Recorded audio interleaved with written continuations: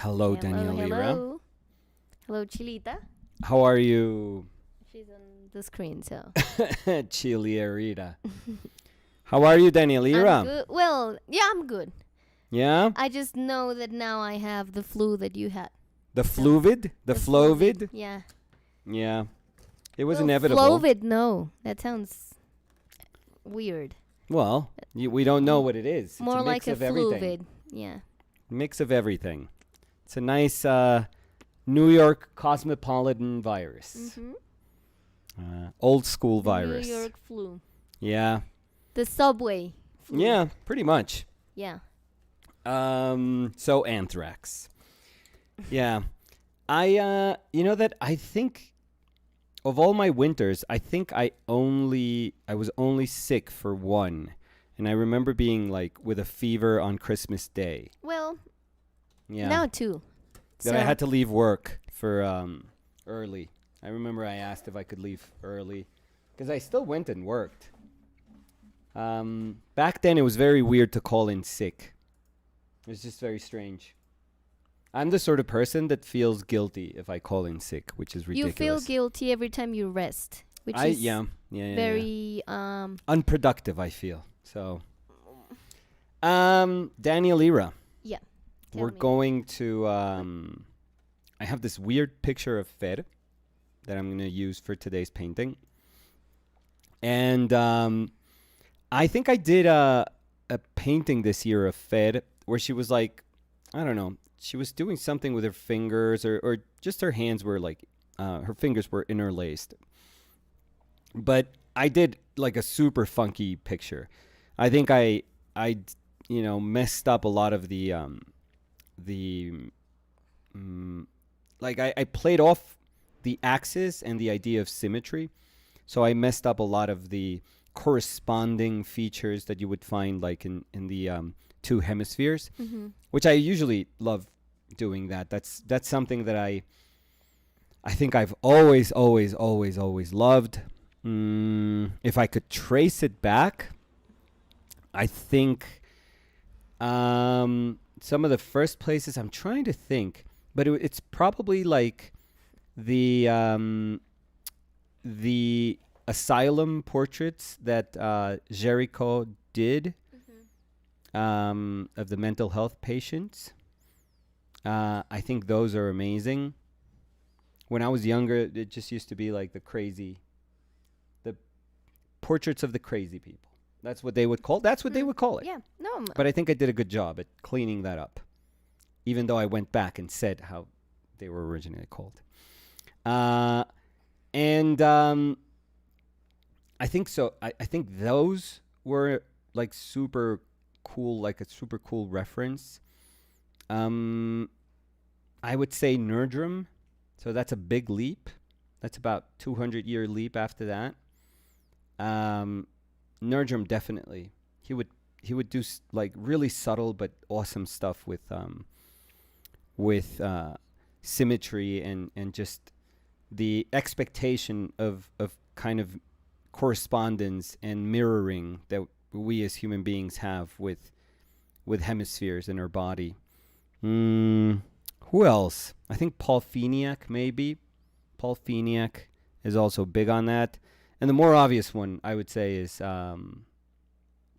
Ruprecht von Kaufmann. So in him, it's just all kind of came together.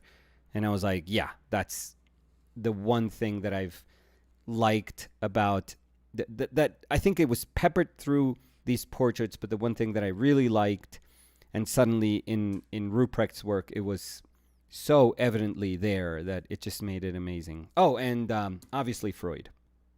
So I think it's a good sort of lineage.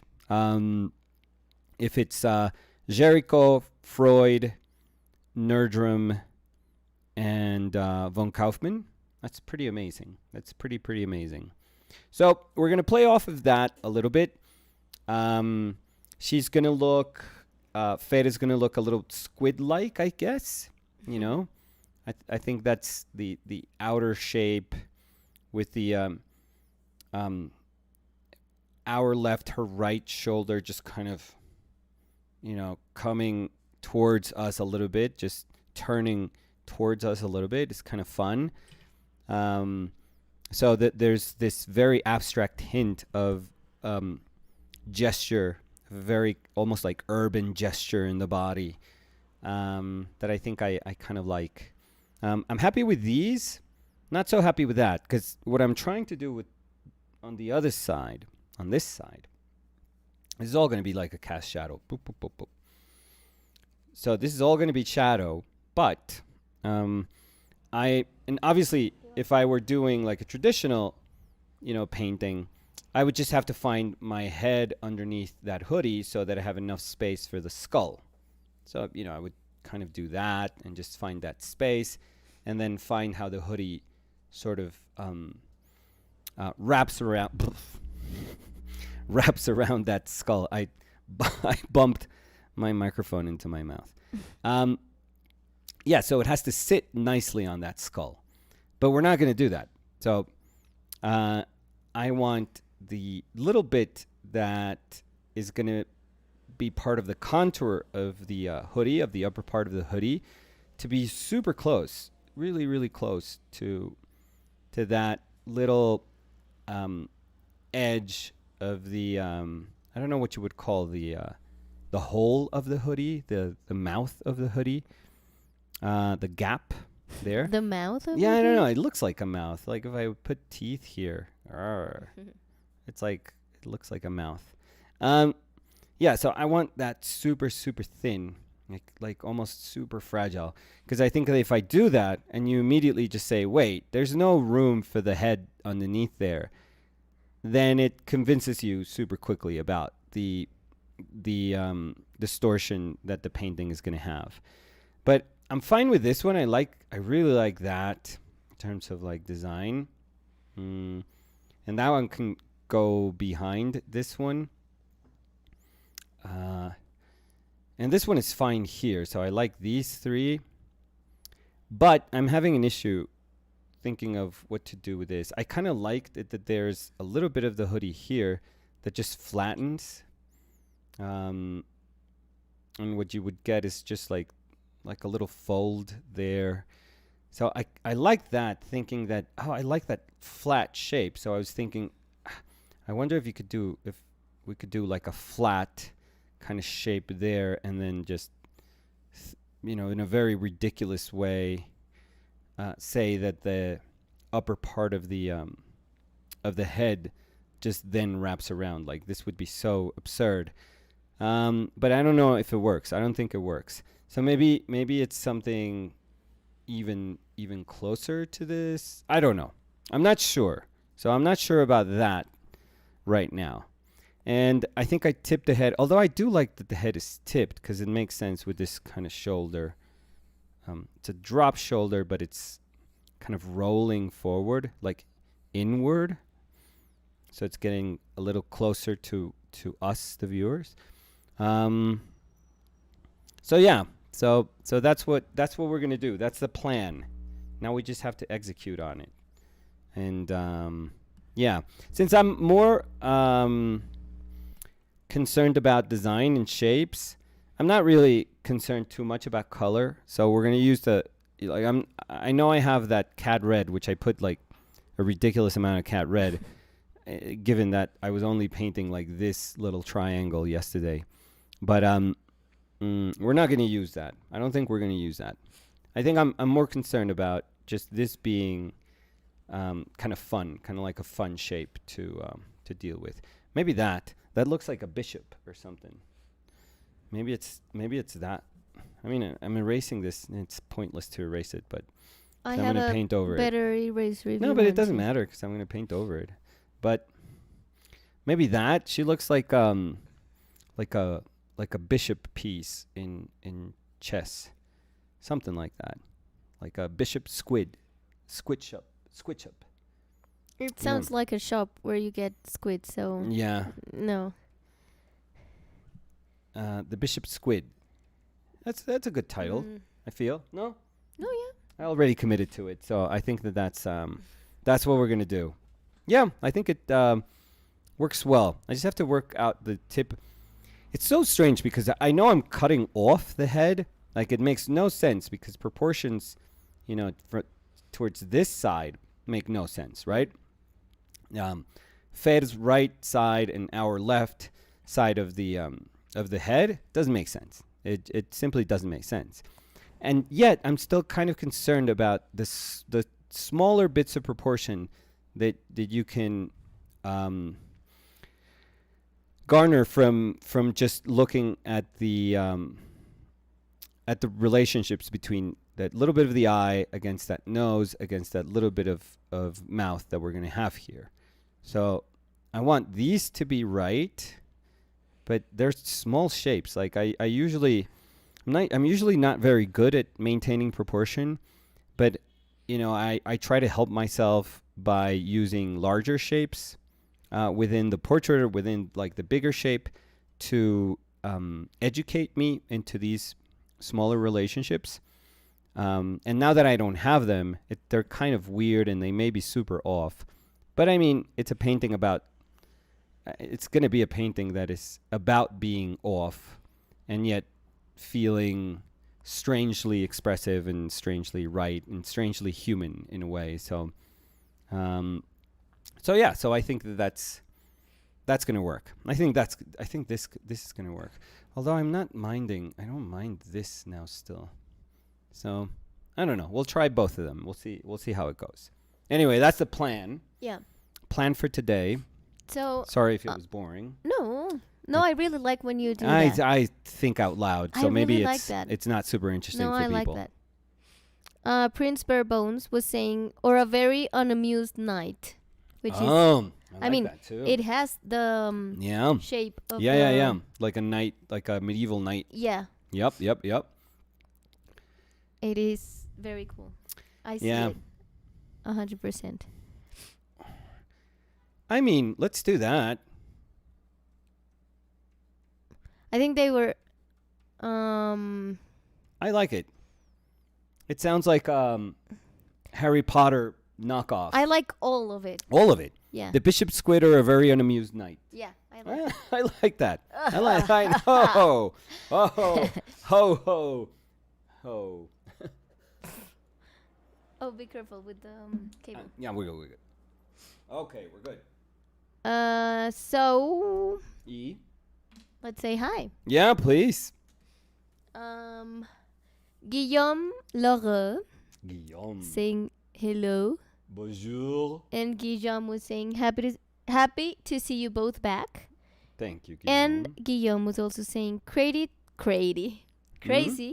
to see how much your kids have grown when I remember the first paintings. Oh. It is crazy. Don't even. And this year, for Fer, they're here right now.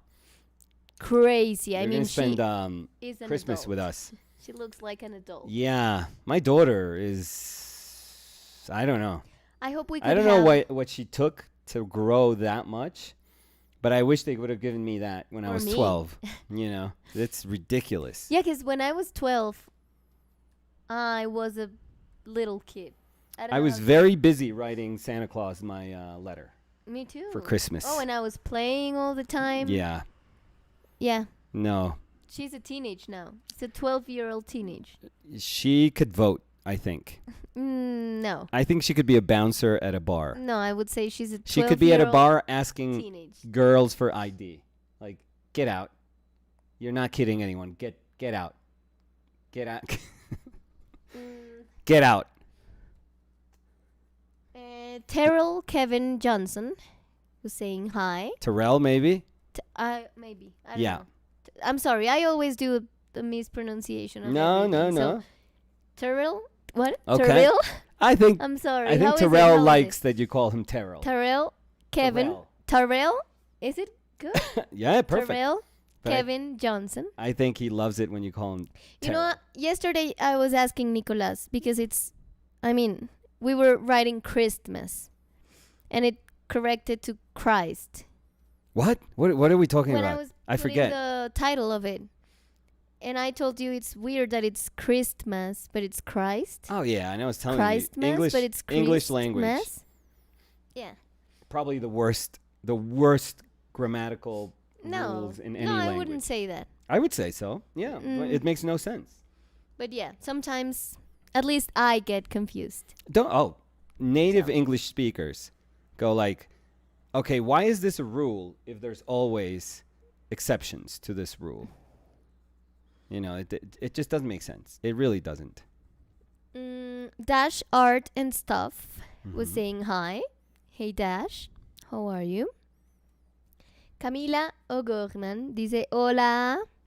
Camila. Hola Camila, ¿qué tal?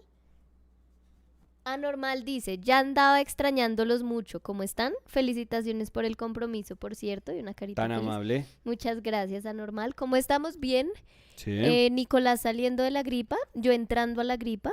Ujú. Hemos estado bien, felices. Somos como el video ese del señor de Transmilenio que le hizo la zancadilla a la señora que no lo, como que lo trancó. Sí, es un video ya viejito. No me acuerdo. Sí, él iba a salir. ¿Tú has visto como cuando uno sale del Transmi? Y que él se Que cae. es como que todo el mundo Y no es que él se pasa cae. y uno es como, a Pero ver. escúchame, no es que él se cae No, él tratando no de se hacerle cae. la Él le hace una zancadilla. mini zancadilla a ella como quien ¿En la trata de que no se... talanquera? Es que en la tengo una... talanquera, Ah, sí. entonces sí, de pronto. Pero él le hace una zancadillita y la señora se pega un platanazo y es como, ¡ay, señora! Pero obviamente le quería hacer Qué la zancadilla. descaro. Sí, sí. Claro. Pero la señora también, ¿Y qué tenemos que hay ver una ahí tú y yo? etiqueta, hay tú una me haces etiqueta la- en Transmilenio que es que si yo voy, o sea, si uno ve que va a haber gente que va a salir, pues uno solo se hace por los carriles donde la gente está entrando. O sea, tú estás Es saliendo de la gripa y me hiciste la zancadilla, el Exacto. platanazo. Y tú Sí. esperándome, hola. Sí. No, y yo estaba muy feliz porque normalmente yo soy la que se enferma más. Sí. Sí, Nicolás no. históricamente eres más enfermiza Históricamente, que yo. sí. Yo tengo que decir, de pronto me estoy justificando, pero desde que a mí me dio esa gripa cuando era muy chiquita, cuando me hospitalizaron, Bueno, pues yo te había contado, desde ahí yo quedé como que cualquier gripa me da a mí.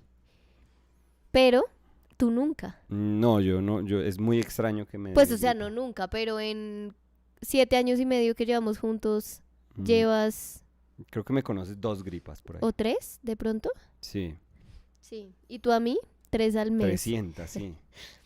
Em, bueno, y como está normal, que no preguntamos nosotros acá, hable y no hemos dicho nada. Muchos buñuelos, mucha natilla, normal, como a las fiestas por allá.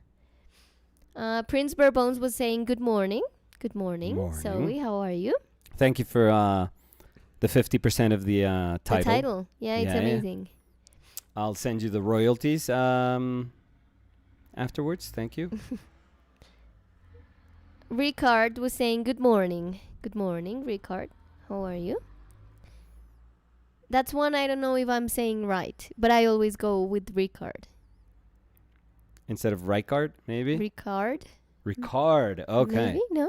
No, Ricard? you went like super sophisticated there. Well, I went Colombian without the O, like Spanish. Ricardo. But Yeah. Ricard. But yeah, I don't know.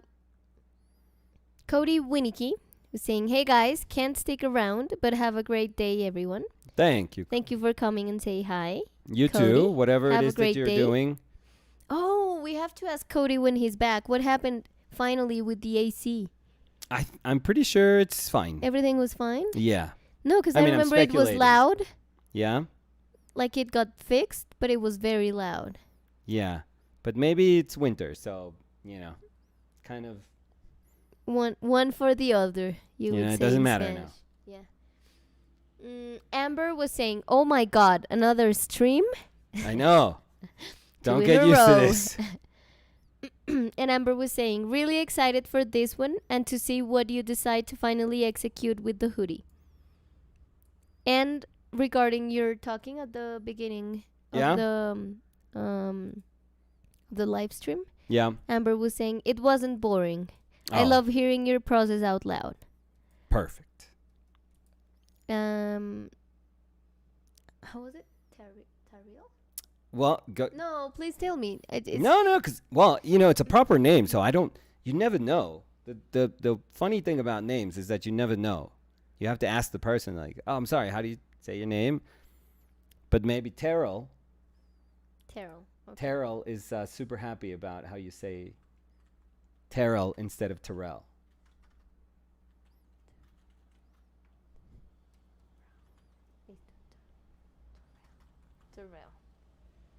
Oh, and Ricard was saying you say it right. Ooh. So Oh, so one for me. Ricardito. Ricardio. What was that dude's name? The heart of Adventure Time? Ricardio. Ricardio? Yeah. I wonder what it is in English. Oh, let's see. Because in Spanish it's amazing. Oh, it makes perfect sense.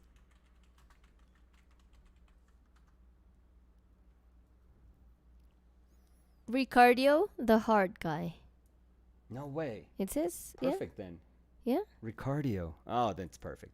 It was too good that To for a be- translation, yeah. I feel. But that has happened. Usually we're not. No, that has happened. I don't know. Like I don't know why I can't get the example in my head right now. Okay, so But I know. Wait. I know. thank you for proving the point I know perfectly. of something Yeah? like a name that in Spanish it's a thousand times better. It's like than a in Simpsons English. character No, or I don't know something? why. That's why I'm saying I can't remember what. Ah, that's Because terrible, I always Danny. use that example. Oh my But now I God. just can't find it in my brain. Okay. This is going to haunt you for the rest of the live. Yeah. My life, not only the Yeah, life. I know. Maybe my sister would. No, sis, keep going. Keep going. Let's We'll look for it, but see. Gil was saying, "Hi guys, hey Gil, how are you?" Terrell was saying, "Is the board you're working on illustration board or canvas?" it's moleskin paper, and in many ways it can behave like an illustration board. I was brought up by working on illustration boards, so it's not quite the same because it doesn't have like the same caliber as an illustration board. Moleskin paper is a lot thinner, but I would say that there's like a bit of an equivalency there as to how it feels. So yeah, for the sake of finding something that may feel kind of similar, yeah, sure, it could be like an illustration board. May Medina o May Medina Mm-hmm. dice, qué bueno que volvieron, me alegra un montón. Muchas gracias. gracias. Sí.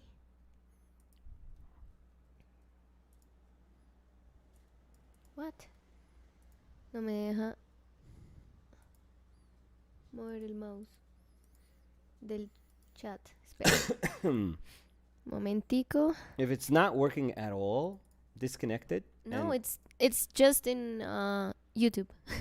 Oh, I don't know what that is then. Oh Jesus.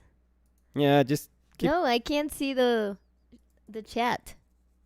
Oh, Oy.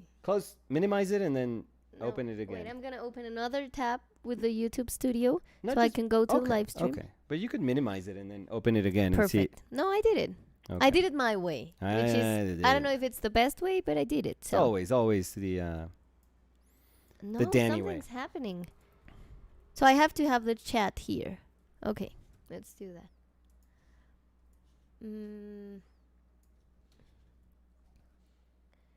Let's see.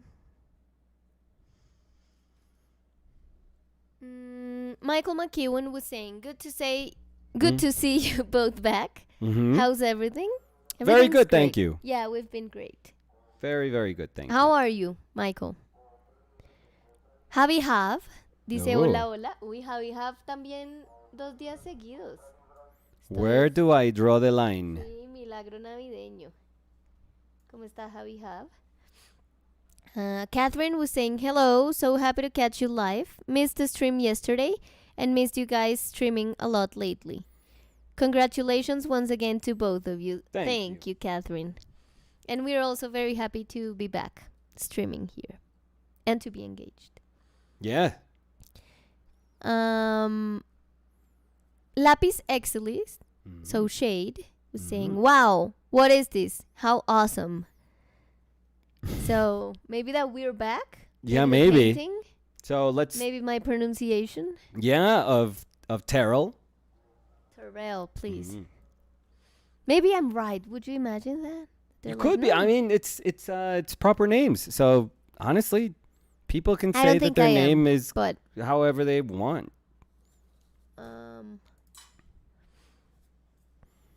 let me do this. So what is happening with the chat? What's the what? What's happening with the chat? I always pop out the chat from Yeah. the tab, Yeah. so I can have the OBS screen and the chat, Yeah. so I can manage everything. Like if I have an alert of something that's like maybe the volume's low or something, so I just always have the OBS tab open. Yeah. But now I can't pop out the chat because when I do, I can't move the mouse. Like Maybe I an can't OBS see. thing? It was what? Maybe So it's an OBS thing? No, I think it's a YouTube thing because it's not in OBS the chat.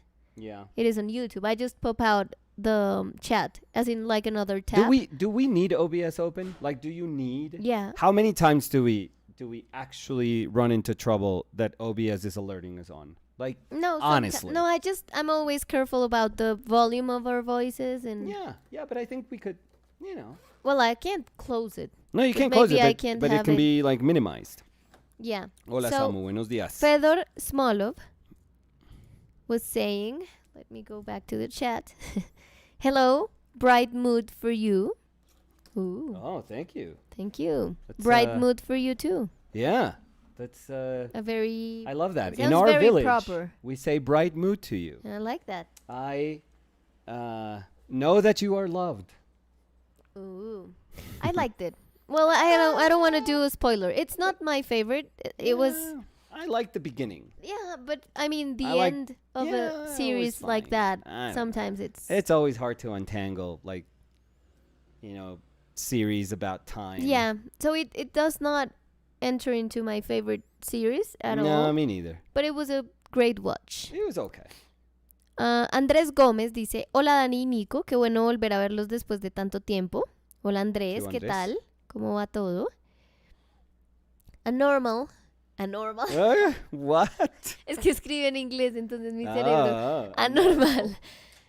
Anormal dice, the eternal process of being sick on couple. Ja, ja, ja, ja. Y Anormal dice, yo feliz, la verdad, aunque trabajando mucho, no descansando ni vivido casi la Navidad, ni he vivido de pronto, ni viviendo casi la Navidad, porque estoy en el momento donde más trabajo, pero bien, súper, ya pinté con gouache por primera vez. Uy. Hice mi primer retrato, entre comillas, a ciegas, porque no tengo idea de la teoría del color, ni de pinceles, ni de nada. Por eso fue a ciegas. Pero Anormal. no lo puede mandar, mándeselo a Dani. Sí, y a lo mi miramos. Instagram. Y lo miramos. Lo miramos a ciegas. Pero ¿y cómo se sintió? Eso es lo más importante. ¿Le gustó el medio o no? O No tengo idea qué hice. Miguel Arevalo Fonseca. Miguel. Miguel dice, hola, buen día, good morning to all OPL fam. Hola Miguel, ¿cómo va Miguel? Fedor Smolin was saying, just wanted to thank you for the quote-unquote weeks. I'm listening this. Cool idea to replace cat on a dark red. I really liked it. Write more calmly. Thanks for your big work. Thank you. Thank you so much, Fedor.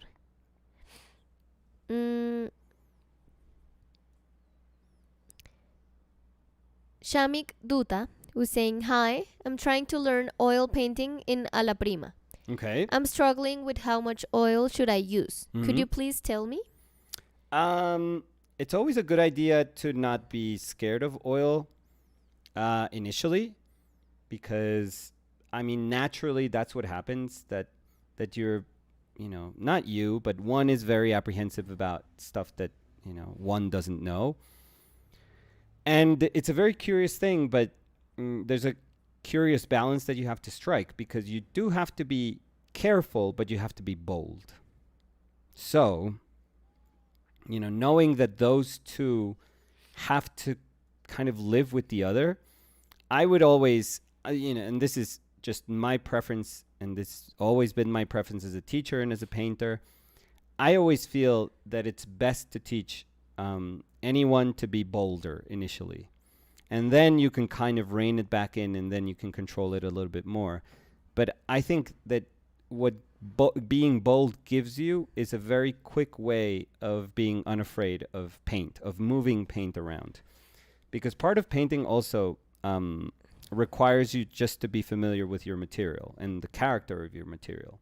So I think it's the quickest way, being bold is like the quickest way to be unafraid, to say, okay, this is what happens when I put a lot of paint on my surface, and this is what happens when I try to put more paint on top of it.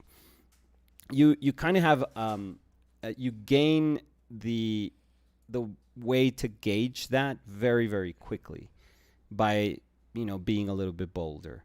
So I would suggest that. That's always my suggestion. I know that it's kind of scary because if you have missteps, for example, they're going to feel like enormous missteps. Like a mistake, whatever that means, is going to be like a glaring mistake. Like it's going to be really, really, staring back at you, when you look at your painting. So, yeah, I would suggest that being less careful initially, but a little bit more bold, or sacrificing the care in which you can put stuff down for the sake of being a little bit bolder, is actually a little bit better in the long run, because it does. I mean, it's a very tough way of teaching somebody how to paint, but I think it does a good job. Prince Bones was saying, I'm doing well. Holiday shopping is in full swing at the art store. Oh. And Yeah. they were saying, I'll accept my royalties in coin form only. Oh. So we have sending to Bitcoin to you then. Well, I was going to say chocolate coins. Oh, okay. I think those are worth more than Bitcoin, so One maybe. chocolate coin. Yeah. For Zoe. No, a half. Because she said half of the title. Oh, so right, half right. a chocolate coin. Well, let's just send her the wrapping then. No, just half of it. Yeah, they're just a wrapping. I The think it's gold better. wrapping. No, half of it. Yeah. But thank you. So the holiday shopping is for you? Or, No. Remember that Zoe works in an art store. Yeah? So maybe they're just saying it's very busy. With Oh, maybe. Do you get Yeah. good discounts for maybe stuff that you can get for yourself for the holidays? Or maybe like a commission if there's a lot of people buying things. No, well, now I feel like I'm okay. asking for some things that maybe they're uncomfortable to ask. I don't know. No. But If I'm asking too much, just ignore me. As you always do. And so he was saying, also, I started oil painting again. And I finally way. realized that I was using way too much medium while I worked. I see the light now. Media hora. So, yeah, medium. I was using way too much medium. Excess in medium, Zoe, can be a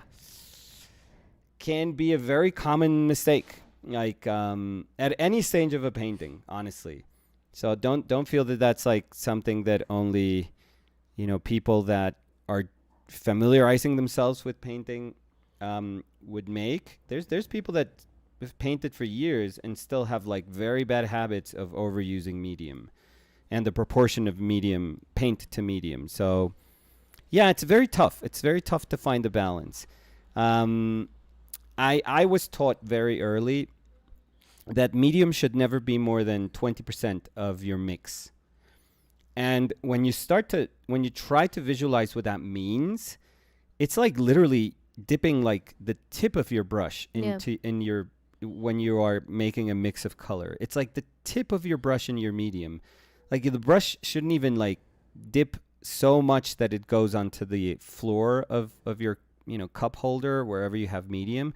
It should just be like deep, just like that little tip of the brush, and that's it. You're good. So it's no more than that.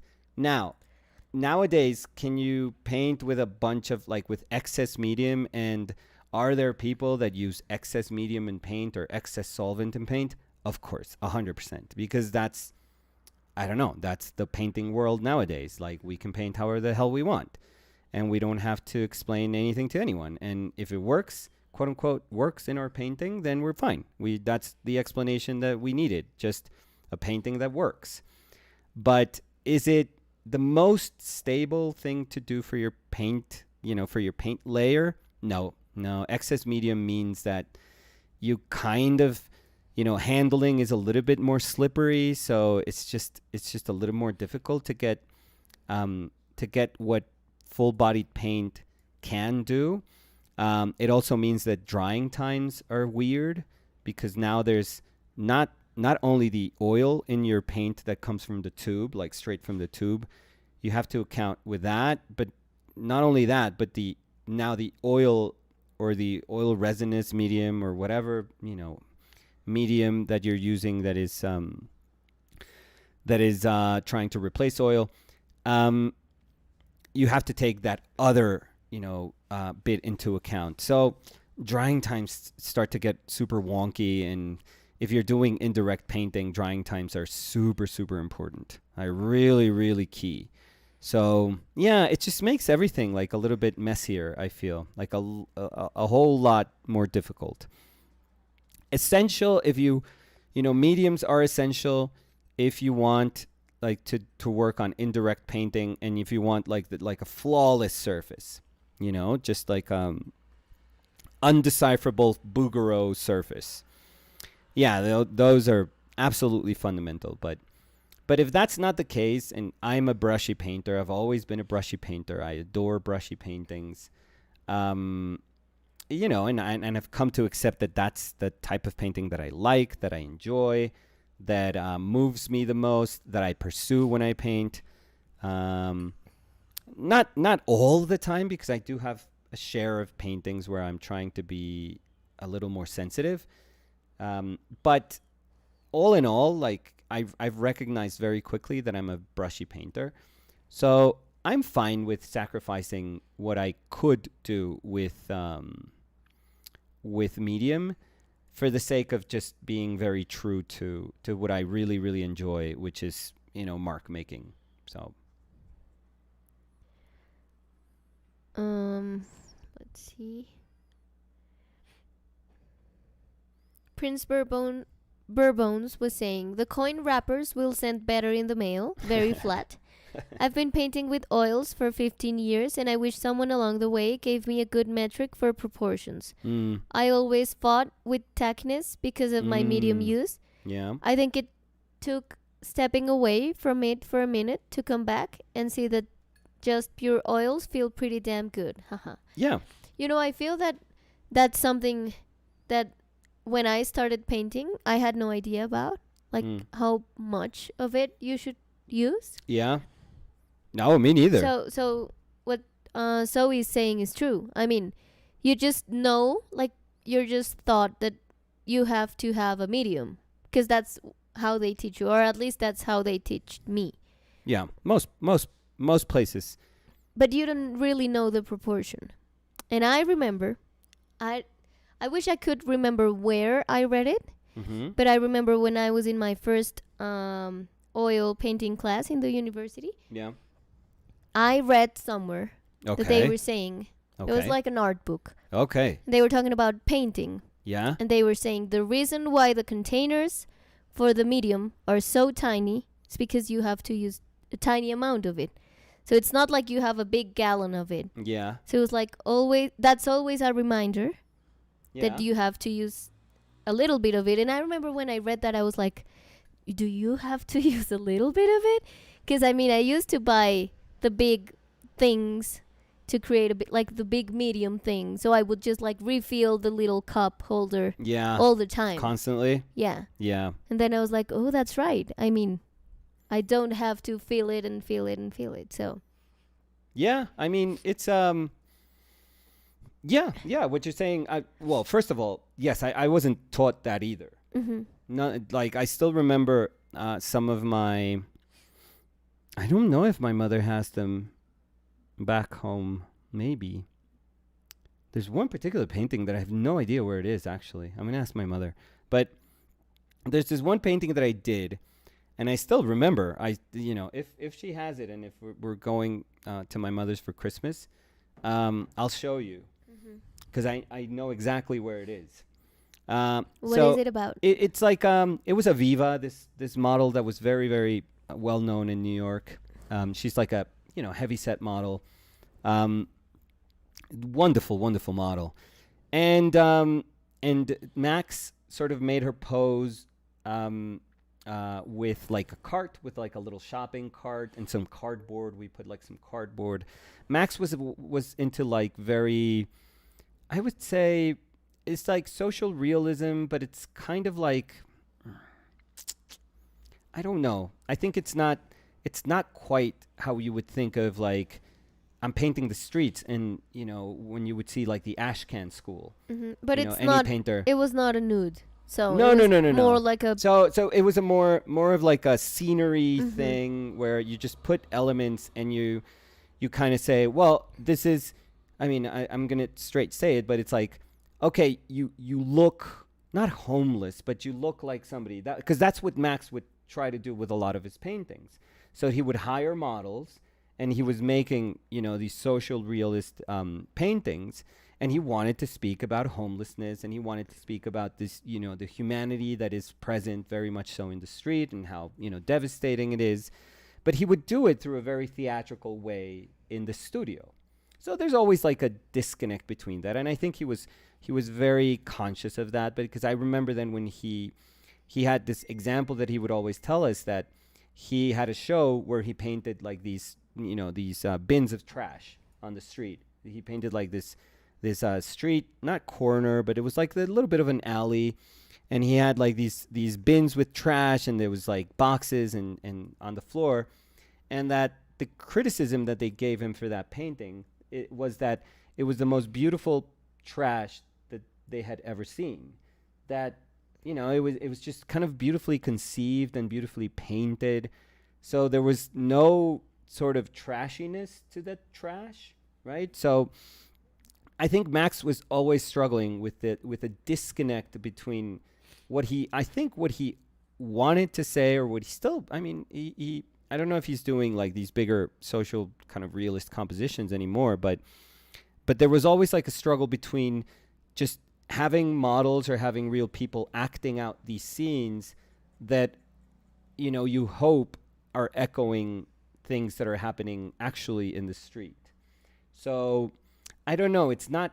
I always feel that those characters that you can create very, not superficially, but they do feel like they're just playing a role. Like sometimes it strips out the humanity from the actual model a little bit. So that's I remember being critical, but also trying to understand what my own painting was going to be about at that time, when I was seeing those things, and I was saying like, yeah, but we're doing this, but it just doesn't, I don't know, it just doesn't kind of feel right.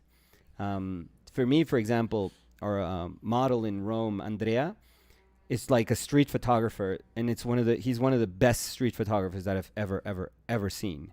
He's absolutely incredible. And he's such a beautiful man, and he's so charismatic that he is so non-threatening when he wants to take somebody's picture, that he's able to take anyone's picture. Anyone. It's remarkable to me how he's able to just walk around and say... Because he's very like charismatic. I don't know he's how beautiful. to say, yeah. I think he has like this beautiful soul to him, that you meet him and you feel like like there's no harm in what he's doing. So I think that he's able to portray people, like when he goes to the street and he takes photographs of like these incredible human beings on the street, and you just feel humanity there. And that's where I would say there's such an abyss between trying to recreate something like that, like having a person that is not like going creating through the that scene reality, and not really and just telling them, oh, here's some rags, and here's some like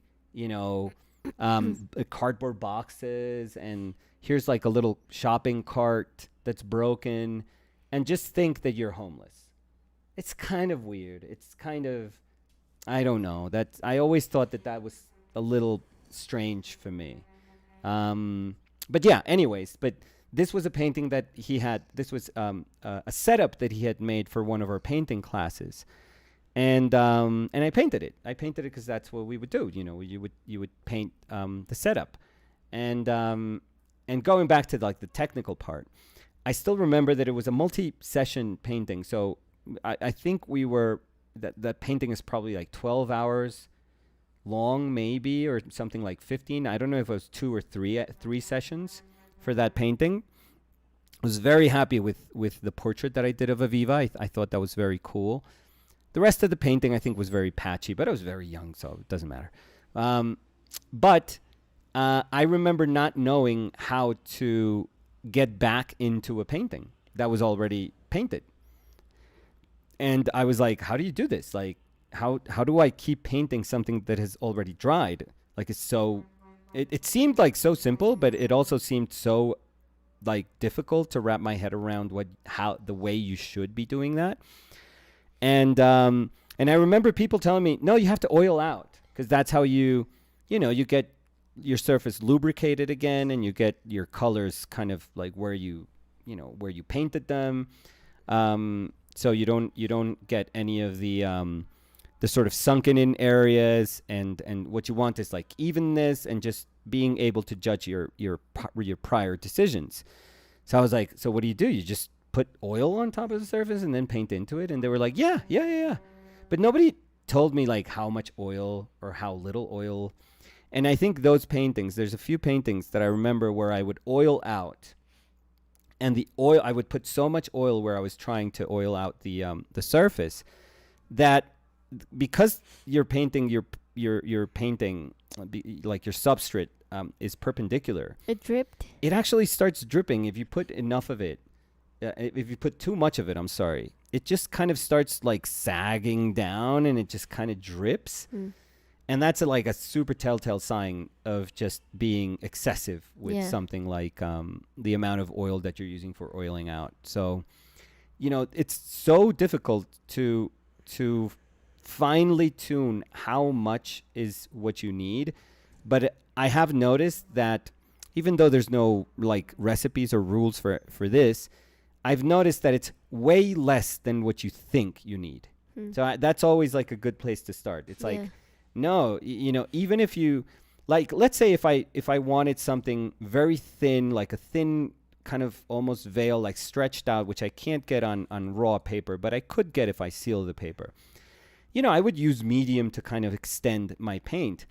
But again, it's never about medium just being the protagonist there. Yeah, like soaking the painting. Yeah, it's always about paint having enough medium kind of like come in to help it like extend a little bit, and then you brush that. But it's never just like a wash. And I would say that like also applies to varnish. Oh yeah. Which I think it's very complicated, because nowadays with social media, Lord. I mean, we've talked about this a lot, but you can see videos of people. It's my like heart dies a little bit. Pouring a lot of varnish to varnish a painting. But I think it's not only for the show, but it ends up miscommunicating to people that are learning to paint that they have to use like a bottle of varnish in a tiny painting, because you just have to like practice. pour all of it. Horrendous practice. That's probably one of the more what do you call that? Like misinformation about painting that comes from like a stupid thing that becomes popular. But it is so damaging to the painting, to people that are, I mean, that's not quite my case, but I'm in a very strange way, I know what I'm doing. I'd like to think that I know what I'm doing. By the way, we saw a painting that is about 4 years old of my mother that I painted on, what paper was that? I think that was a pink pig paper, if I'm not mistaken. So this is like a sort of multi-purpose heavy duty watercolor paper of this like British company that's called Pink Pig. They gifted me paper, so I used it for a bunch of the paintings that I did.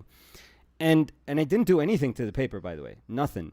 I remember I drew in like pencil, and then I did like an underpainting with Do you want to show the paper? Because I have the sketchbook of it here. But the thing is, they gave me like 3 or 4 types of paper, so I don't want to speculate on which paper. So maybe the ones that you have is not exactly the one that I used. But yeah, so I did liquid as for the underpainting, and then I painted straight paint. Straight paint, I remember perfectly.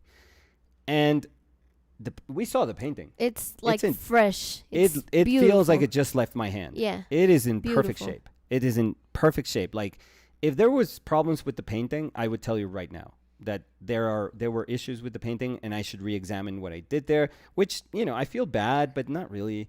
And I feel like more excited about learning why something would work, as opposed to or why something wouldn't work, as opposed to my instinct that would tell me that things must have worked based on what I did. But no, it was perfect. Yeah. It was literally, it looked like a beautiful painting. And it's like one of my favorite paintings. So I was very, very happy to see that it's in such, great shape. So even though I do things that are kind of weird, like, I'd like to believe that I know what I'm doing.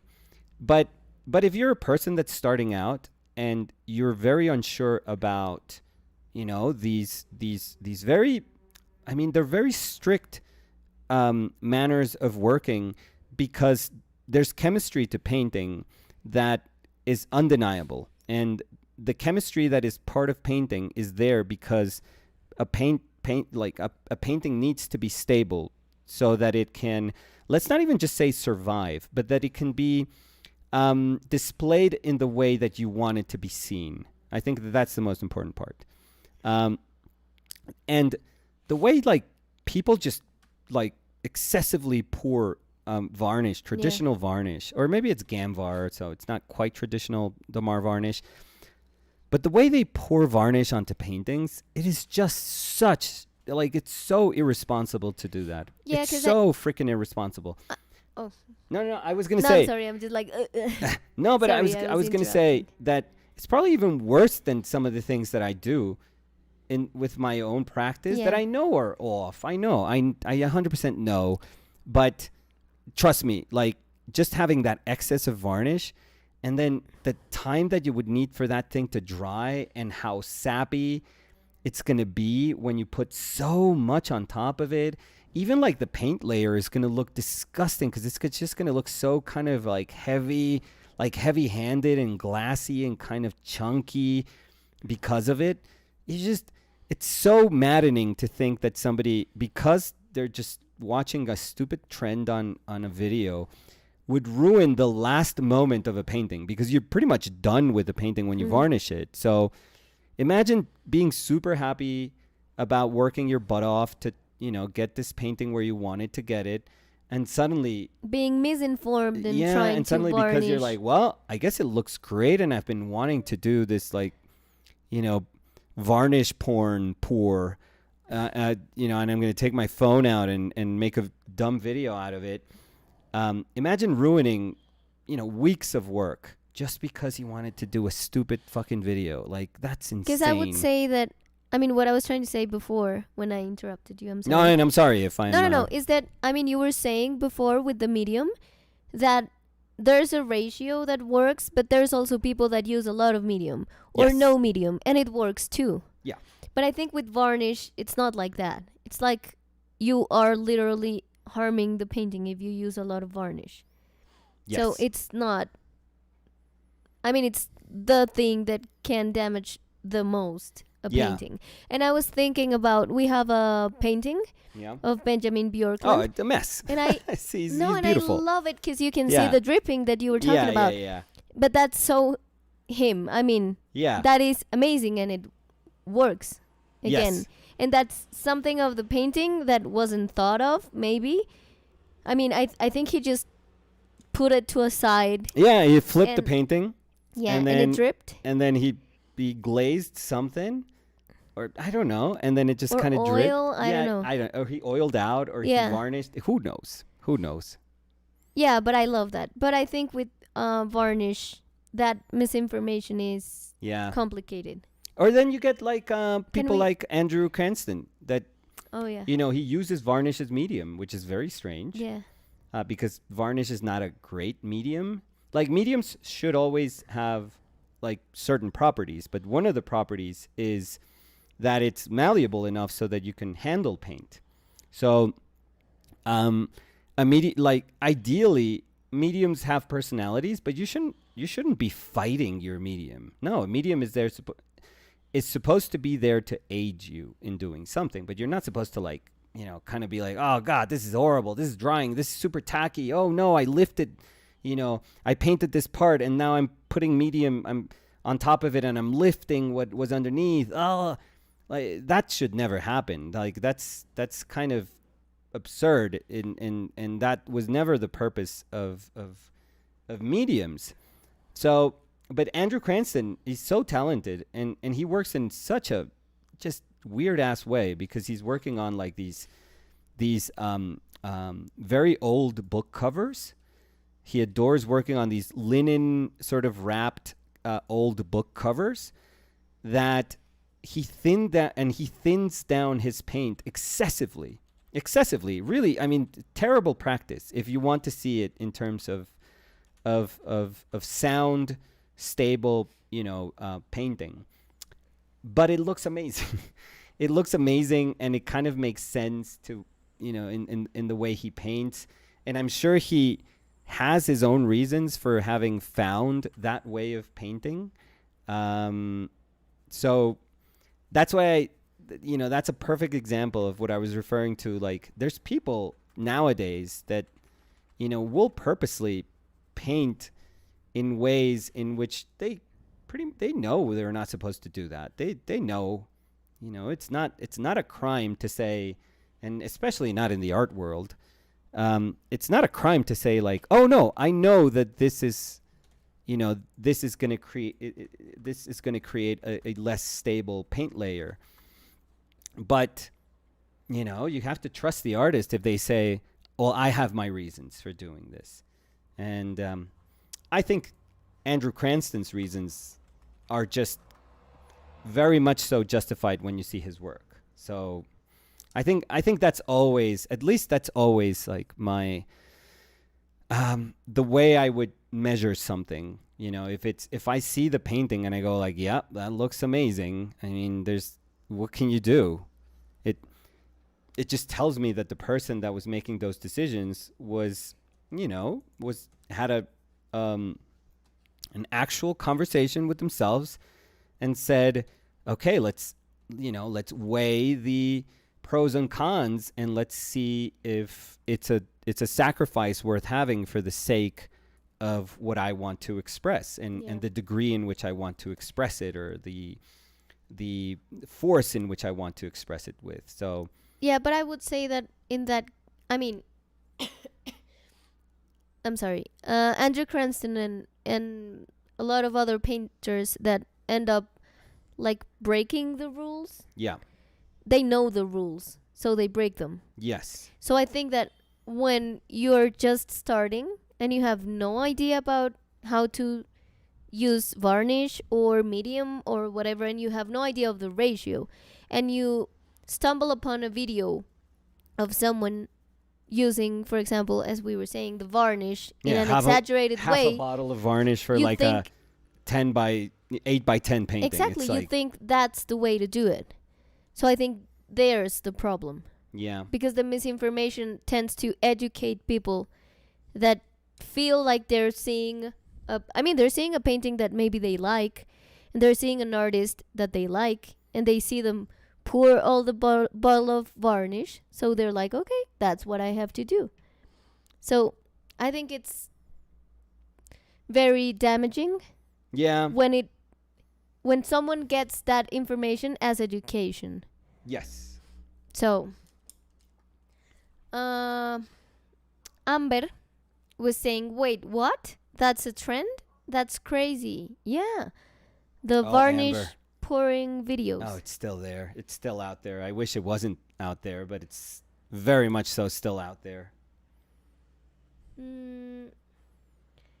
Camille O'Gorman Was saying a teacher I had in art school 30 years ago, and a grandma emoji, made us use a medium mixture of turpentine, linen oil, and varnish. So turpentine, linseed oil, and varnish. Yeah. In equal parts.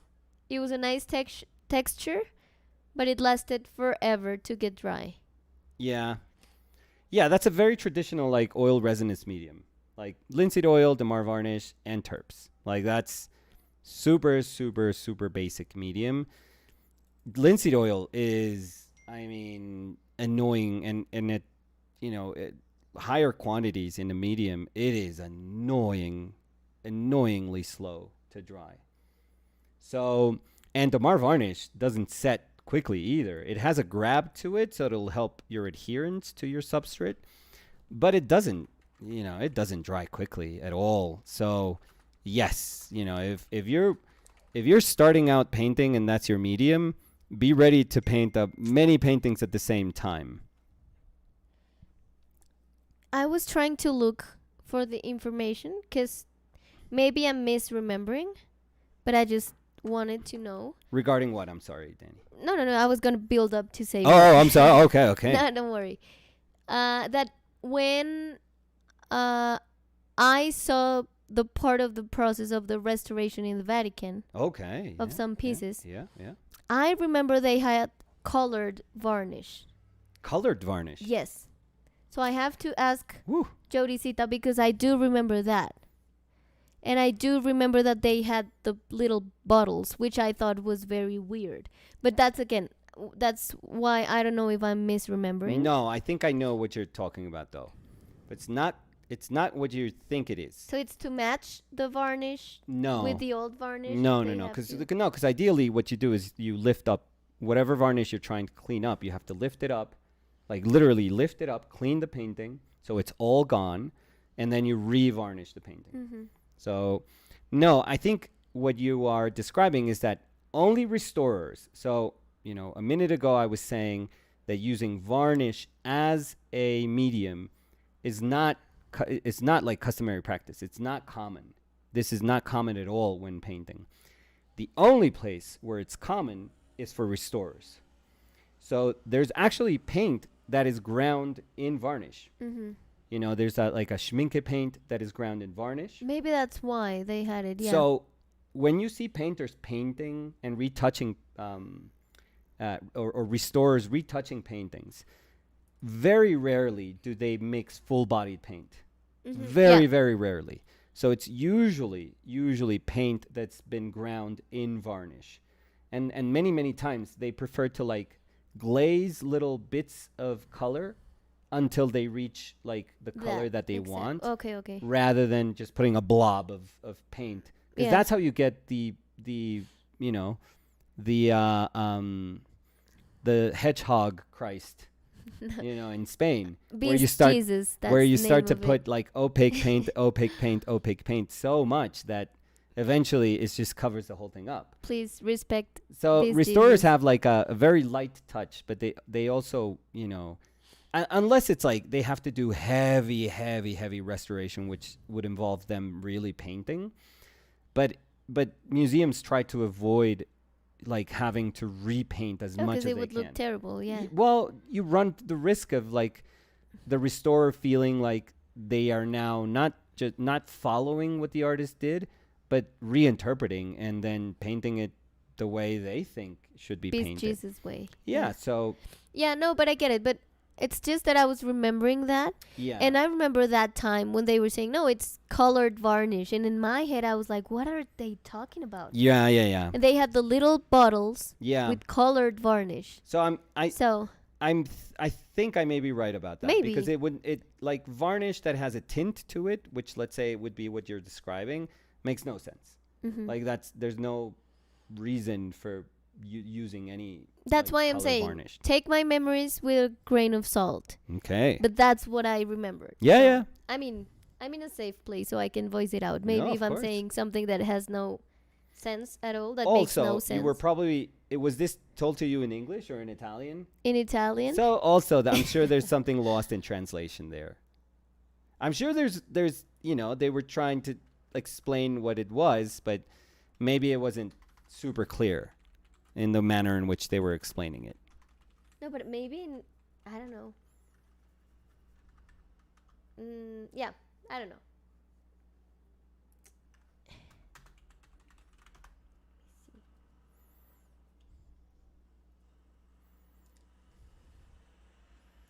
Yeah. So I'll ask Mm-hmm. and try to Yes. have a clear idea of it. But Yeah. I just wanted to put that out because I was remembering that. So, Zoe was saying we have had to have a talk with a lot of customers about how you do not need to pour varnish onto a painting. Oh, I imagine. Yeah, it's like, I'm sorry, sir, but you've bought 3 bottles in the last 4 days. Yeah. There's no reason for Something's that. wrong. Yeah, Yeah. there's no reason for that. Or you're painting in the Hispanic society format. That's solo Yeah. jadid. You've been hired to. Or you're making it wrong. Amanda Norris was saying, I've been a victim of the trend. I know better now. I'm sure it looks super sexy and it gets likes, but it's not good practice. The reality is it's not good practice. Aquiles Caballaro dice, Olis, tiempo sin verlos. Nico debería volver a hacer una pintura con acrílicos. Bueno, ¿Y con gouache? sí. Me emociona más volver a gouache que acrílico, que me cuesta un poco de trabajo, pero sí. So I think maybe they can be new here. 'Cause they were so No Fear Zero was saying, our painted lives. Yes. Why do people hate on acrylics and are elitist about oil paint? Oh, I thought they were saying why do you, but it's why do people in Okay. general. So I get that question more. No, but I've fallen onto that sort of bandwagon. But I wouldn't say you hate it. It's just that but in my early years, harder for you. I think I would say I was dismissive. I was ignorantly Okay. dismissive, I would say. Let me listen, because I'm gonna send you something. Yeah, Danny. because if you listen to it. Yeah, I'm sorry. So I'm gonna step out for a second. No. You can just put your ear right next to it. But fuck me. I can't. Okay, no. Now I think I could. Okay. No, because we need to move stuff today, and that would be the person that is in charge of the move. So going back to the acrylic thing, I think I was, I have no issue with saying that I think I was very ignorant when I was younger about being dismissive in terms of my understanding of acrylic paint. And thinking that oil paint was, a much more noble and a much more educated and much more valid way of medium for making a painting. The reality is that nowadays I've seen the work of so many people that decided to move to acrylics. They maybe had started with oils, but they decided to shift to acrylics. And their work is, as impressive as any painting can be. So there is absolutely nothing nowadays that, and I say nowadays because I also think that acrylics have gotten a little bit better. But that's only fair because their life, as paint has been, very young when compared to oil paint. But I think nowadays there is absolutely no reason to think that one technique has anything over the other one. I mean, obviously they're different, and the surfaces that they can produce are quite different. I think we do have to honor the fact that, there are certain things that look a certain way because you use oil paint, and there are certain things that look a certain way because you use acrylic paint, or you use enamel paint, or you use any other, weird kind of paint that you want to paint with. I forget what Matt Bollinger uses to paint with, but it's like this weird ass like house paint that he uses, and he freaking loves it. But Jeremy Miranda, for example, he paints with acrylic, and it's insanely good. He's like an absolutely beautiful colorist. I mean, I think he's probably one of the best colorists out there right now. James Jean paints in acrylics, and I mean, you don't need to say anything else. So yeah, there's nothing nowadays. There's absolutely nothing. There's only this kind of clinging on to tradition that may lead you to a place where I was, which is thinking that, hey, oil paint is how these amazing paintings throughout painting history were made, for centuries. So I'm sorry, but I'm just gonna have to believe that this is the only way to paint. But I think that with generations being born into people just painting with acrylic or with acrylic gouache or with gouache and getting incredible results, because honestly, paint paint is just paint, but paint becomes magical once somebody who's talented uses it. So if enough talented people use acrylic for enough time, that's, I mean, not that it has to be validated because it's just technique, but you're going to see a lot of generations of painters being like, yeah, why the hell would I use oils? Like, I don't want to deal with a solvent. Like, I don't want to have to, think about irritation that comes from varnish or any other medium related issues. They'll transition to acrylics, but no, acrylics are totally fine. They can. I used to believe that the way you would measure like paints, it would be like, oh, oil is better because you cannot do this thing that I'm doing in this painting in acrylic or in any other medium. And nowadays I just feel like just paint, paint has its own attributes. Like an oil painting can be fine just being an oil painting. And then an acrylic painting is fine being an acrylic painting. And they don't have to try to compete with each other because it doesn't make sense. It doesn't matter in the end. So they're two very different techniques, and that's about it. So yeah, I think I certainly learned my lesson for sure. But I think that most people also are being quickly convinced that paints are just paints.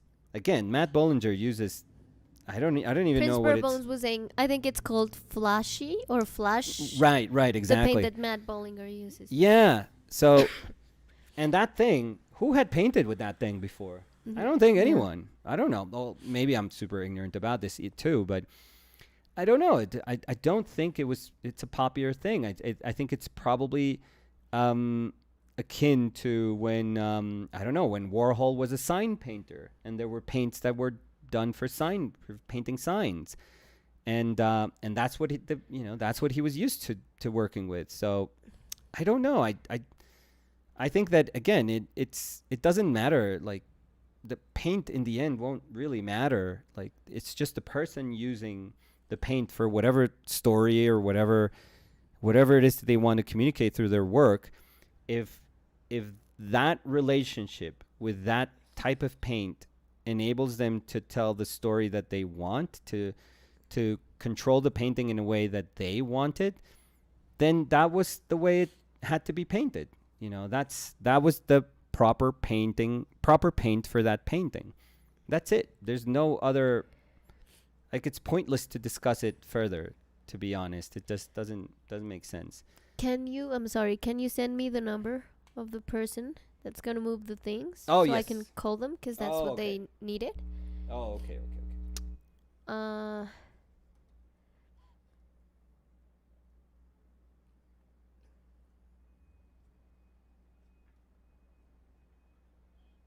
Maybe I can leave you with a question. Yes.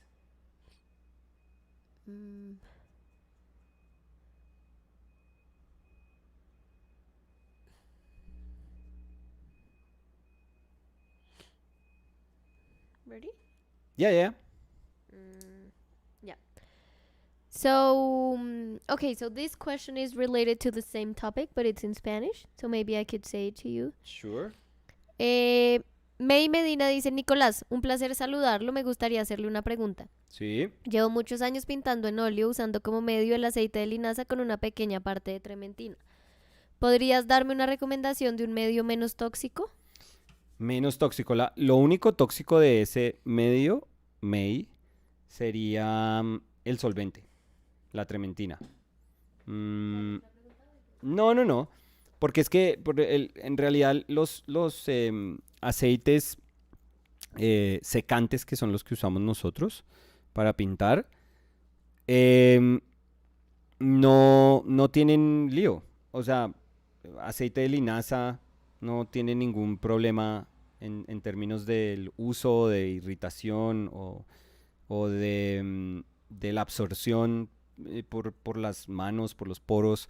No pasa nada. No pasa absolutamente nada. Incluso si usted tomara aceite de linaza, pues que no le recomendaría, pero si tomara aceite de linaza no le pasa nada. Pues va a ir fácil al baño. Supongo que eso es como lo más eh, lo más difícil de esa decisión es que va a quedar derecho, pero de resto no pasa nada, no pasa absolutamente nada.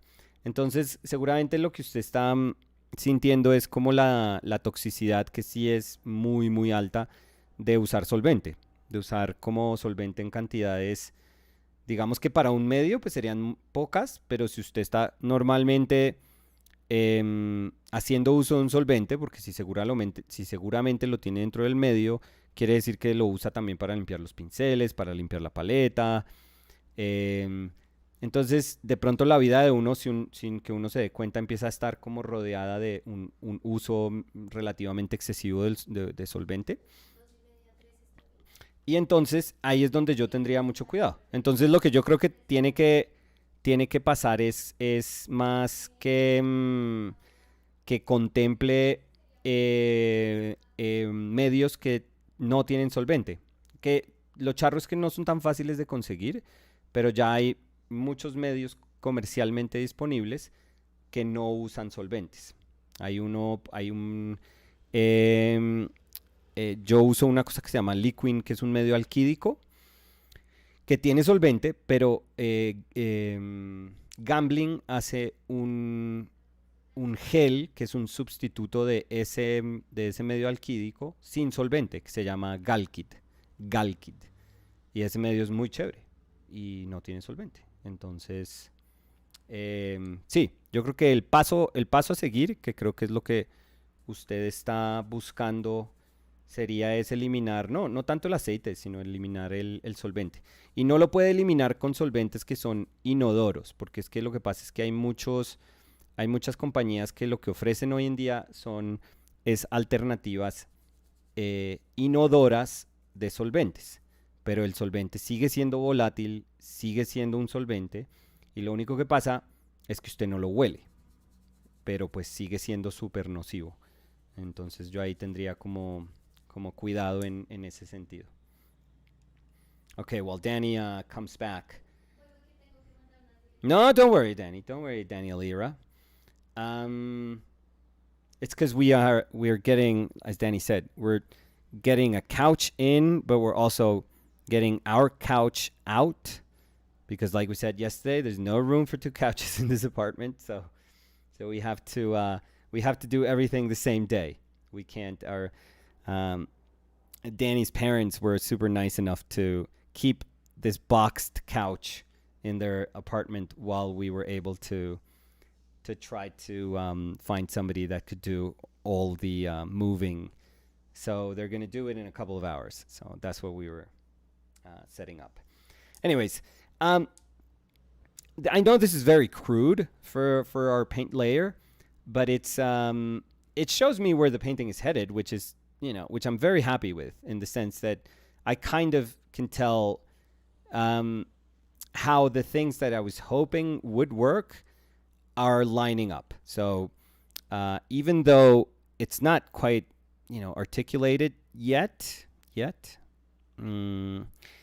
all the elements of the painting are being slowly put in their place, like are being slowly kind of placed in their spots, and it feels like those relationships are working.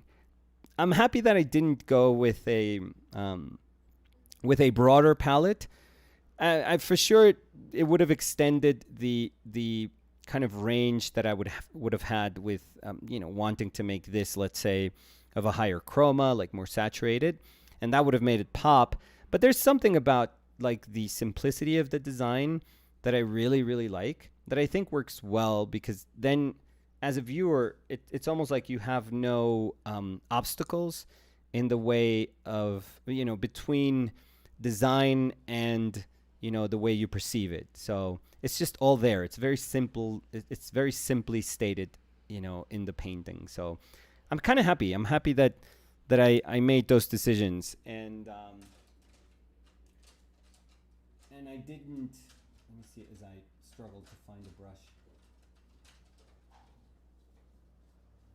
Yeah, I'm happy I made those decisions, and I didn't just go for something that would have made it look kind of punchy, because that would have been a little easy, I feel, just to say, well, I can hide something about the way I'm gonna crop this, which now seems kind of nothing, right? I mean, it's like, what was the issue? Like, you just made a dumb little shape there, and it works, and it's fine.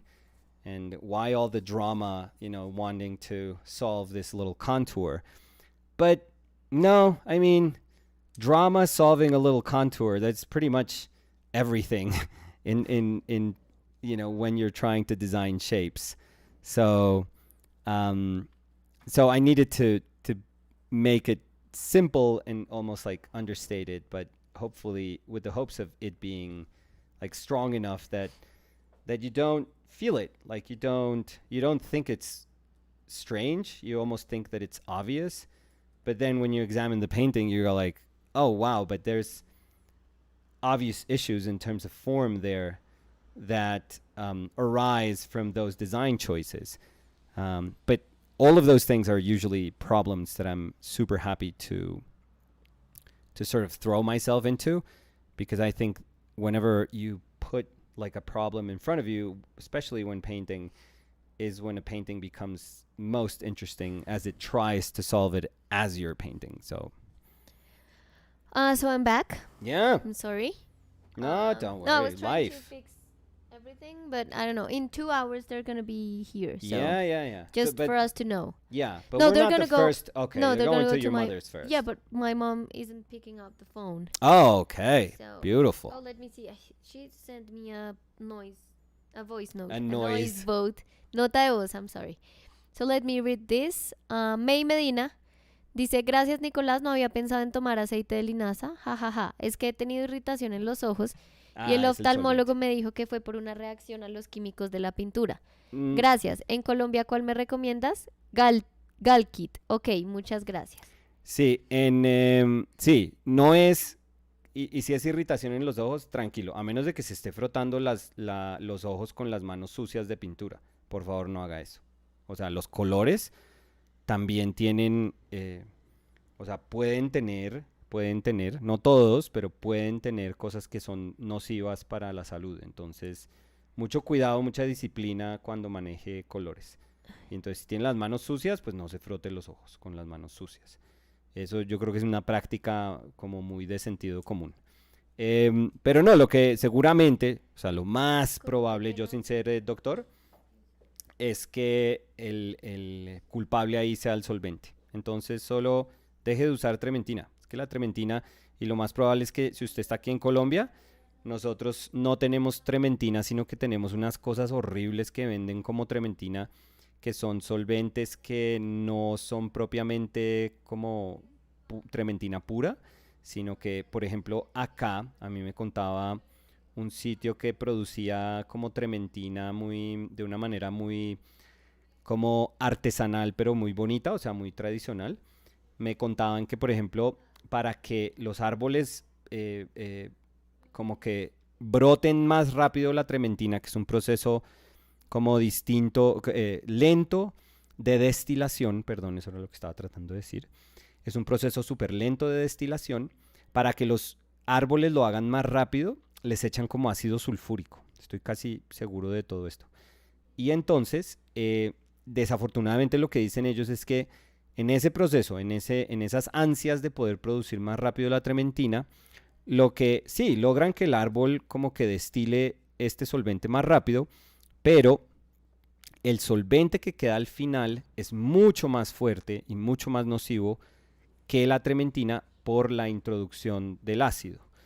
Entonces, no quiero decir que uno esté usando ácido cuando pinta, pero lo que queda no es trementina. Entonces, me decían ellos, yo me acuerdo, ahí en ese centro Gaviotas que quedaba por allá, cuando uno coge como la circunvalar y llega como al centro, está llegando como al centro, hay un centro que era de investigación que se llamaba Gaviotas o Gaviota, que, y ahí producían trementina. Y yo una vez compré como un poco de galones de trementina, pero trementina de verdad de ellos.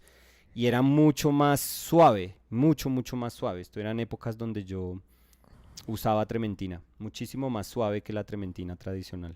Que la trementina que uno tradicionalmente, perdón, podría conseguir en una tienda.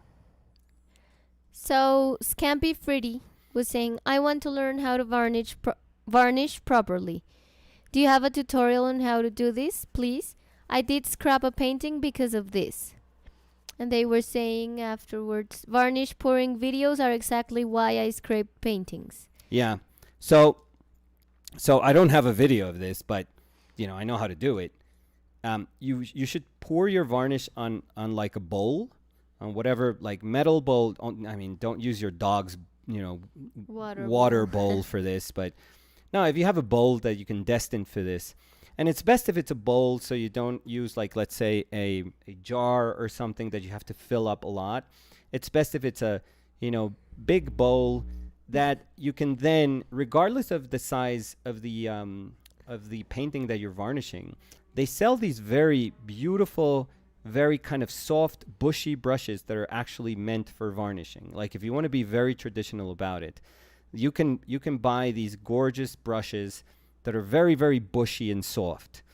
And those are used expressively for varnishing. Like they have no other, I mean, nowadays, yes, any artist could put, those, can invent a use for those brushes for sure. But traditionally, they're used for varnishing. So, and the reason why they're soft and they're very kind of bushy, like full brushes, is that they can soak up a lot of the varnish and then, deposit it gently on your surface. So you want to be gentle. You don't want to scrub varnish on your surface. Remember that a varnish always has like a percentage of solvent in it. What we buy as a final varnish in a bottle is Damar resin. Well, traditionally, let's say, because there's some synthetic varnishes that are not this. But if you're buying Damar varnish, which is the varnish that we use the most traditionally, which is the varnish that is still being used to this day by restorers. If you're using Damar varnish, it is Damar resin, which is like the actual crystals of Damar that have been set in turpentine so that they can dissolve. They only dissolve in turpentine. So you have a large amount of solvent and dissolved resin when you buy your little bottle of Damar varnish. So there's a ton of turpentine in there, and people are not conscious of this. And that's why they tell you, hey, your painting has to be 6 months dry or a year dry before you even consider putting varnish. And the only reason that they tell you this is because they want to make it incredibly sure. They want you to be incredibly sure that your painting is fully dry, and not just touch dry, but fully dry. Because if not, the varnish is going to lift your paint. The amount of solvent in there is so high that you may risk lifting your paint. And trust me, from somebody who's done this and this has happened to me many times. I mean, not recently, but many times. And it's usually because of us being impatient. You do not want to varnish a painting when it's too early. You just want to take your time. There's been times where, we put our paintings on sale as soon as they're out of the oven, let's say. But I always tell people, okay, but I need a couple of days, or at least like 8-9 days for me to put like a final pass. And sometimes, depending on the colors that I use, I will write to people and say, hey, I need like 2 weeks for this or 3 weeks for this to dry, Mm-hmm. because even if it's paper, which is aiding, raw paper, which is aiding drying times like so much, and even if I'm using a fast drying white, which is also doing that, I can't be irresponsible. And there's been times that I think Danny has seen me that I'll start to varnish something. I'm like, fuck. Yeah. And with all the knowledge that I have and with all the experience that I have, sometimes I'm like, are you serious? This black, for example, I use ivory black. Ivory black is one of the pigments that takes the most time to be stable, to dry and be stable. It takes a really long time to be stable. So you need to be very, very, very, very patient with it. And so you need to wait 6 months to a year until you varnish it, and you still have to be careful when you do it. You still have to use the right proportion. So yeah, put it in a bowl. Probably put more than what you're going to use, but don't worry. You can then put it back into your bottle from the bowl, and so you just kind of dip it a little bit, and you just gently kind of brush it. And the least amount of times you brush it, the best. Again, think of this. This thing has solvent in it. If you start just brushing it heavily, lift. and you start like scrubbing and saying like, no, I need to get into this spot, and you go like, you are going to run the risk of it lifting paint. So the best way to do it is to imagine like a very, very thin layer of varnish over the very, very evenly distributed over your whole painting. And you just put it once, twice, and then you're done. Once, twice, and then you're done. But you don't want to I've seen people do that so much also. What you want is very, very thinly, and you do it once, and it's good, and it sets, and then you don't touch it. And you have to, pray to the gods that cat hair and dog hair and dust bunnies and hairs and nothing just falls onto that painting. There's people that I knew that would put linen on top of it. Well, not on top. No. Like hovering over it. So they would make like a little screen, let's say, that they could put above it. Like a cover for it. Right. Yeah. So that they wouldn't get so much dust falling on it.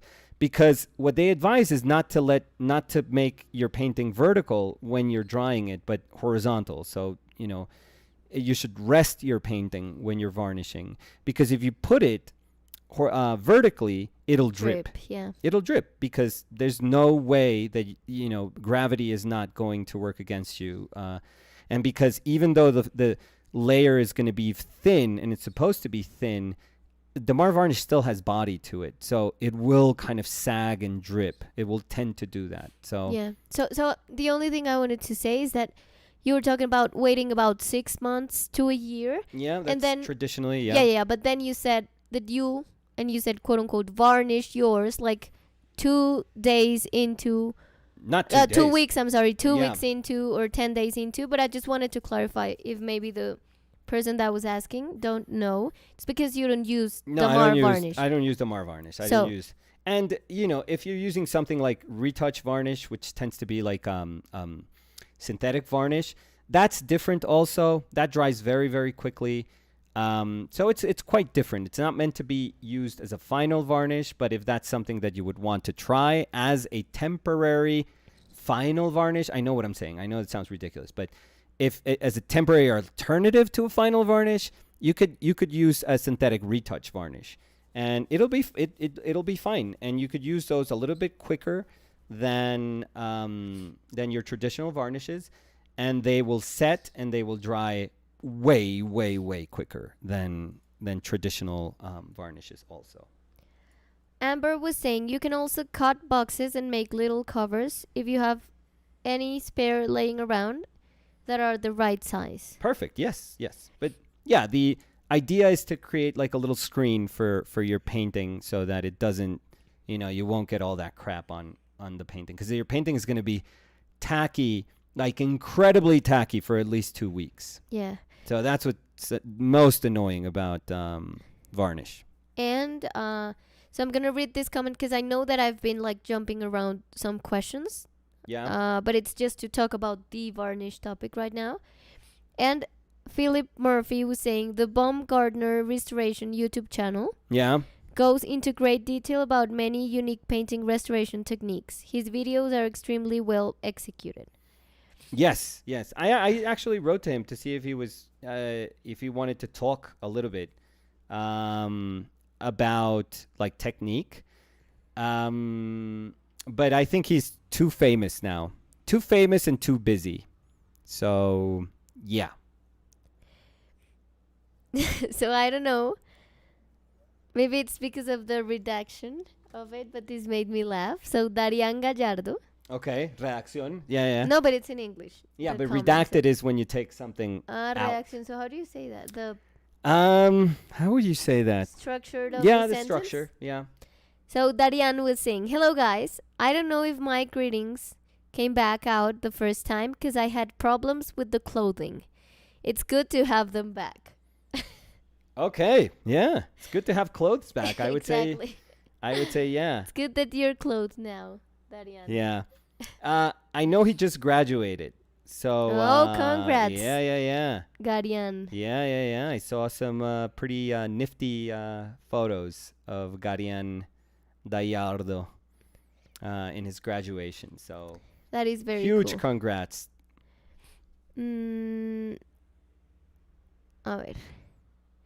Sophie dice, chicos, los tengo que dejar, pero besote enorme. Luego continúo con el video a ver si llegan a mi otro comentario. Gracias y tremenda Ay, la pinturaza, Sophie. Nico. A ver, leamos el comentario.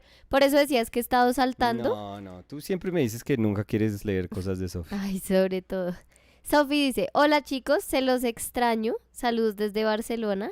Uy, Ya es ya en catalán. Barcelona, Sophie. Catalán la Sophie. Y Sophie dice, estuve a punto de entrar al workshop en Málaga, pero mi presupuesto me hizo esperar un poco para confirmar. Además tenía clases en esos días en la BAA y se llenó. Ojalá algún día pueda asistir. Ay, no, Sophie, nos tienes que contar Antes nos de tiene su que nueva entrar ahí a vida. las clases. Su nueva vida española. Sí. Sí. No sé qué dice. Aquiles Caballaro. Aquí les Ah, dejo ya un había abrazo, leído que pero- dijo de lo de la pintura que deberías volver a pintar en acrílico. Lápiz O Exlis. como le dice Aquiles, aquílico. Ya, gracias. Ya me salgo. Lápiz Exlis was saying, just happy to see you're back. And congratulations, you too. So happy for you. Thank you so much. Thank you. Fabio why are M. people- dice, what? Why are people congratulating us, Danny? What's going on? I don't know. Maybe I don't know. because if you continue with the jokes, you're going to be single soon? Oh, Jesus Christ. No, I'm joking, of course. Fabio M. dice, qué bien verlos otra vez. Hola, Fabio. Don Fabio. Bienvenido, don Fabio.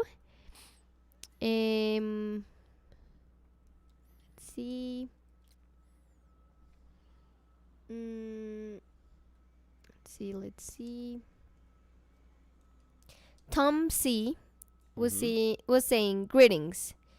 I saw yesterday's on replay, dropping in to say that Mary Lynn Buchanan's YouTube channel has a walkthrough of the Dana Shots exhibit in New York City, winter exhibits in Chelsea. Oh, cool. If anybody wants to check what you were talking about. Thank That's awesome. Thank you, Tom. Yeah, so if anyone wants to see it, Tom just dropped Talk the to name. Tom. No, drop the name of the video where you can Nice, yeah. check it out. Thank you. So, getting a little bit congested. I sorry, know, but I'm hearing it. Look at me, You don't know how feeling I'm. like disgusted. And I'm like, I'm hearing it. Yeah. Well, you look at me with your eye, sty I eye. Anormal dice, ya te lo envié, Dani. Qué oso todo ese proceso. Qué oso. A ver, lo miramos. Y Anormal dice, me perdí un momento en la inmensidad de mi trabajo. ¿Pudiste ver lo que te envié, Dani? ¿No hablaron de eso o sí? Y dice, tengo tremendo pánico de que me digan. No, Pero, pues, tranquilo, una ¿qué entrega le está. pasa? No, ¿qué tal? Sí, imagínese, tampoco. A ver. Y si es horrible, igual le voy a decir mentiras, entonces no se preocupe. No lo voy a hacer sentir mal, ¿qué es eso? ¿A dónde? Anormal. ¿A dónde? Ya. ¿Ya? Un tal Julián Duarte. Perdón, saqué el nombre. No, o sea, ¿le quieres dar la dirección a la gente? A ver, espérate y pongo el video acá para que lo veamos. ¿Listo? Ya. Bueno, veo el dibujo. Con música. Bueno, color. Empezamos como por magentas. ¿Esto es gouache? ¿Esto es qué? Esto es gouache. Sí, era gouache.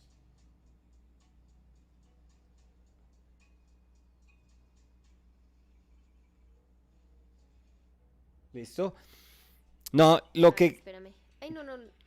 Pero primero, no se traumatice. ¿Qué es eso? Sí. ¿Qué es eso A de ver, mira, ahí sentirse dice, perdón, inseguro? leo acá. A ver, sí, señora. Después de un montón de semanas, por fin el proceso de mi primera experiencia pintando con gouache y un lienzo de verdad.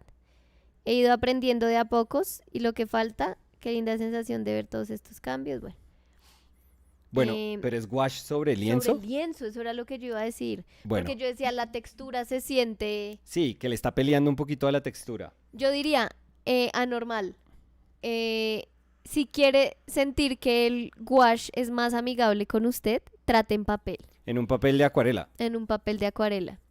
Sí. Porque le va a pelear mucho menos a la superficie porque siento que el gouache en un lienzo se puede Muy, sentir como... muy complicado. Sí, como Como que uno le está... arcilla. Exacto. sí, Incluso como toca pelearle el resto. Sí, sí, sí. Sí. Entonces, primero lo primero, tranquilo. O sea, no pasa Sí, nada. no, ¿qué tal? No pasa nada. Sí, intente en un papel. En un papel. Creo que va a empezar a darse cuenta que es mucho más sencillo. Yo no sé si haya como demos de gouache. Ay, en ese canal, yo sigo un canal chino. Ujú. Ay, Se sí, lo es quedo muy debiendo. bueno. No, yo lo tengo. Forest algo. Forest Academy, no. No me acuerdo. Espérate, ya te digo porque yo lo tengo acá. Yo lo sigo también, entonces. Forest Fine Art. Sí, Forest Fine Art. Trate de buscar demos de ellos de gouache, que ellos hacen como especifican cuando están trabajando en gouache. Y tienen además unos demos de unos artistas No, tremendos. son pintores chinos que son una locura. O sea, obviamente Tremendos. esos pintores chinos que saben muchísimo pues que tienen un dibujo brutal y que saben pintar de una manera muy sólida, pues son una locura. O sea, ellos pintan tradicionalmente tan bien como uno puede pintar, o sea, tan bien como se puede pintar, más bien. Pero quisiera que que viera como esos ejemplos, como para que se dé cuenta cuál es el manejo del gouache, que creo que es lo que está faltando ahí un poquito, que es como que se dé cuenta de cómo es que se maneja el gouache. Porque el gouache, pues sí, es una técnica específica. Por ejemplo, cuando Dani la usa un poco más gruesa que lo Yo que la yo uso uso. opaca. Sí, tú lo usas Sí, más y yo empiezo en como si fuera aguadas. una acuarela. En aguadas y luego te vas a Exacto. opaco, yo no. No estamos, o sea, ninguno de los dos está haciendo algo incorrecto, porque gouache da la posibilidad de que se trabaje de esas, digamos que de esas dos maneras. Pero sí digamos que se hace con la conciencia de que uno está trabajando como un medio soluble en agua sobre una superficie que pues absorbe el agua y que da y en la que uno tiene que tener como una noción y una conciencia de los tiempos de secado grande. Entonces, sí, mire eso y yo creo que va a ser muy instructivo. Sí. Bueno, y súper importante, eso sí que, o sea, tú vas de menos de aguado a pintura. Sí. Yo voy solo pintura, pero yo, digamos, no podría, o tú no podrías ir luego de pintura a una capa más aguada, porque empieza a levantar. A menos que esté pintando todo. con algo que se llama acrylic gouache. Sí, pero eso es distinto porque es más plástico. Que es una Pero mezcla si de es solo acrílico gouache, con gouache. Pero si es solo gouache, sí. Importante porque pues levantaría todo. Exacto. Si se pone a usar el gouache muy delgado, muy diluido encima de algo que ya tiene la pintura más gruesa, pues lo puede levantar. Garian dice muchas gracias chicos, las felicitaciones también van para ustedes y un emoji de un anillo. Muchas Ah, gracias, muy querido. Garian. Señor Joseph M. Daliardo. Balai III Nice. was saying congratulations on your engagement. So happy Thank for you you. both. Thank you so much. With And that they were name, saying, I'm glad. with that name and without knowing you, I would invite you to the wedding. You always say, when I say the third, you I always mean, say I'm always that. thinking that, there's a lineage there. There's a I'm sure there's paperwork. Well, it doesn't say the third. It just says 3 eyes. But I Okay. say the third. Oh, So, well, Sir You're still Joseph invited. M. you're still invited. Ballet the third.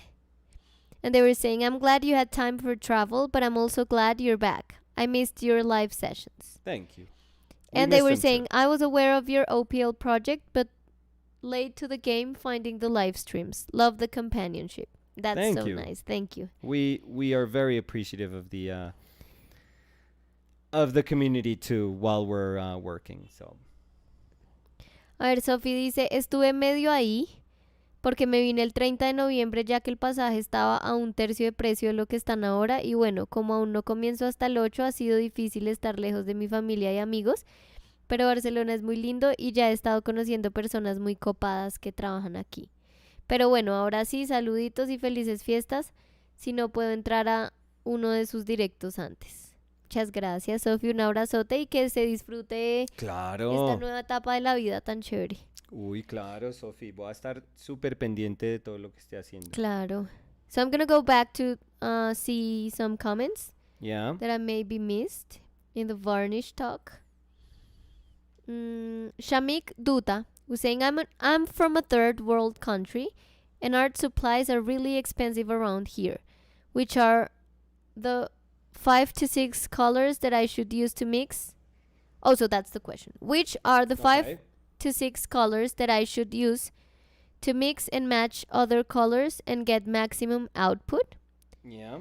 So I would say, first of all, Shamik, we are in Colombia.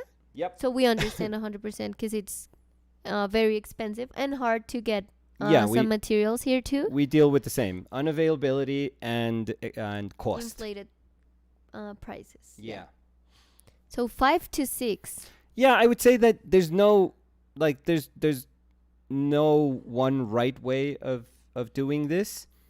And the reason why there's no right way of doing this is that it depends on what you want out of your painting. Like lately I've been painting with these colors, which is like I do have what in theory would be a yellow, a red, and a blue, which is ivory black, and a white.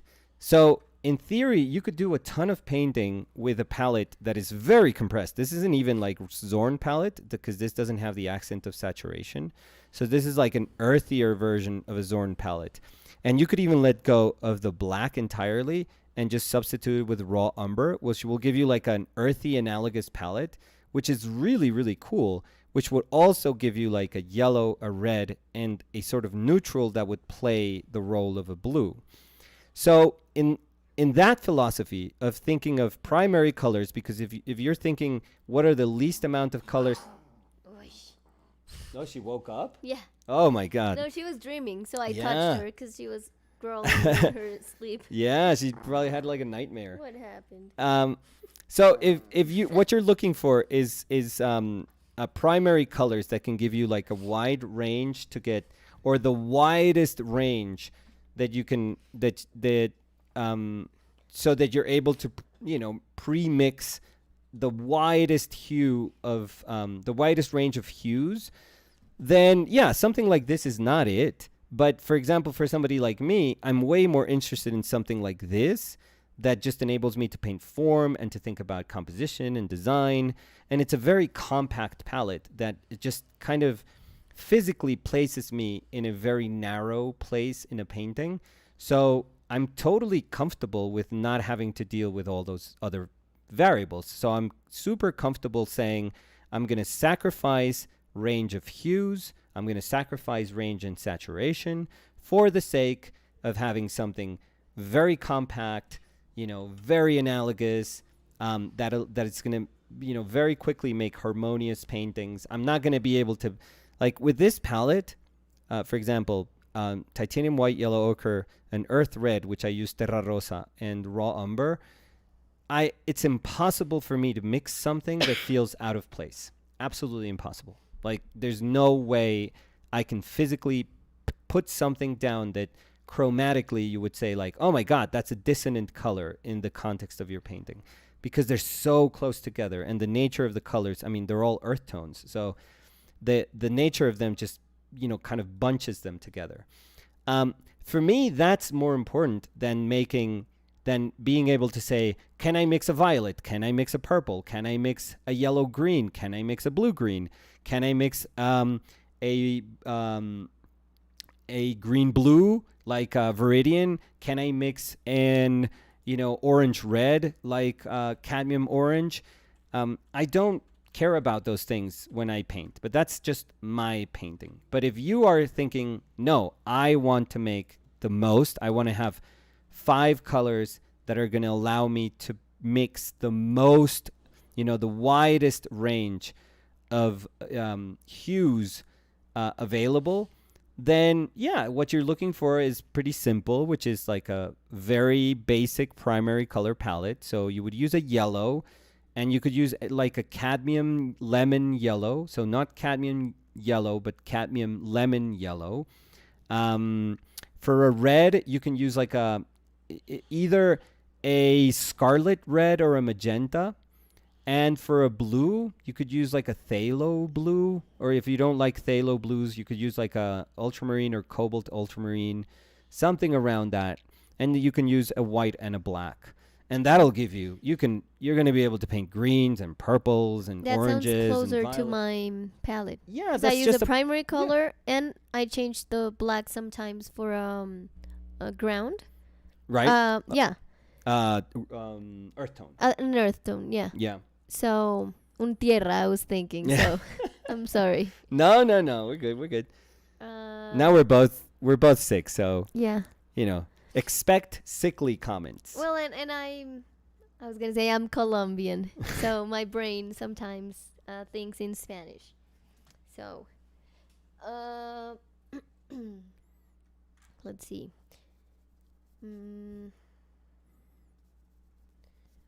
So I'm pretty certain I'm not going to be able to finish this today, but we'll keep on working on it tomorrow. But I know that everything that I need for the painting, or that I was searching for the painting, is going to be, here in this first layer. So I'm pretty happy about that. So do you want me to let you know in a time frame? In a little It's bit. 1, I think I want to cover... it's 1 p.m. Yeah, I think I want to cover everything up just to, have like a base layer of color still. So Aritrodev was saying, just got rejected. Really heartbroken. Thank you so much for streaming. Your videos have always been comforting to watch. So rejected from where? Oh, is this someone? No. Is this the person that was? No, okay. not the person. Oh my God, we're getting like. No, but maybe it's rejected rejected from an art school, or rejected from a competition, or rejected from someone, or rejected. Yeah, from... I mean, it doesn't sound. I mean, rejection is always, pretty tough.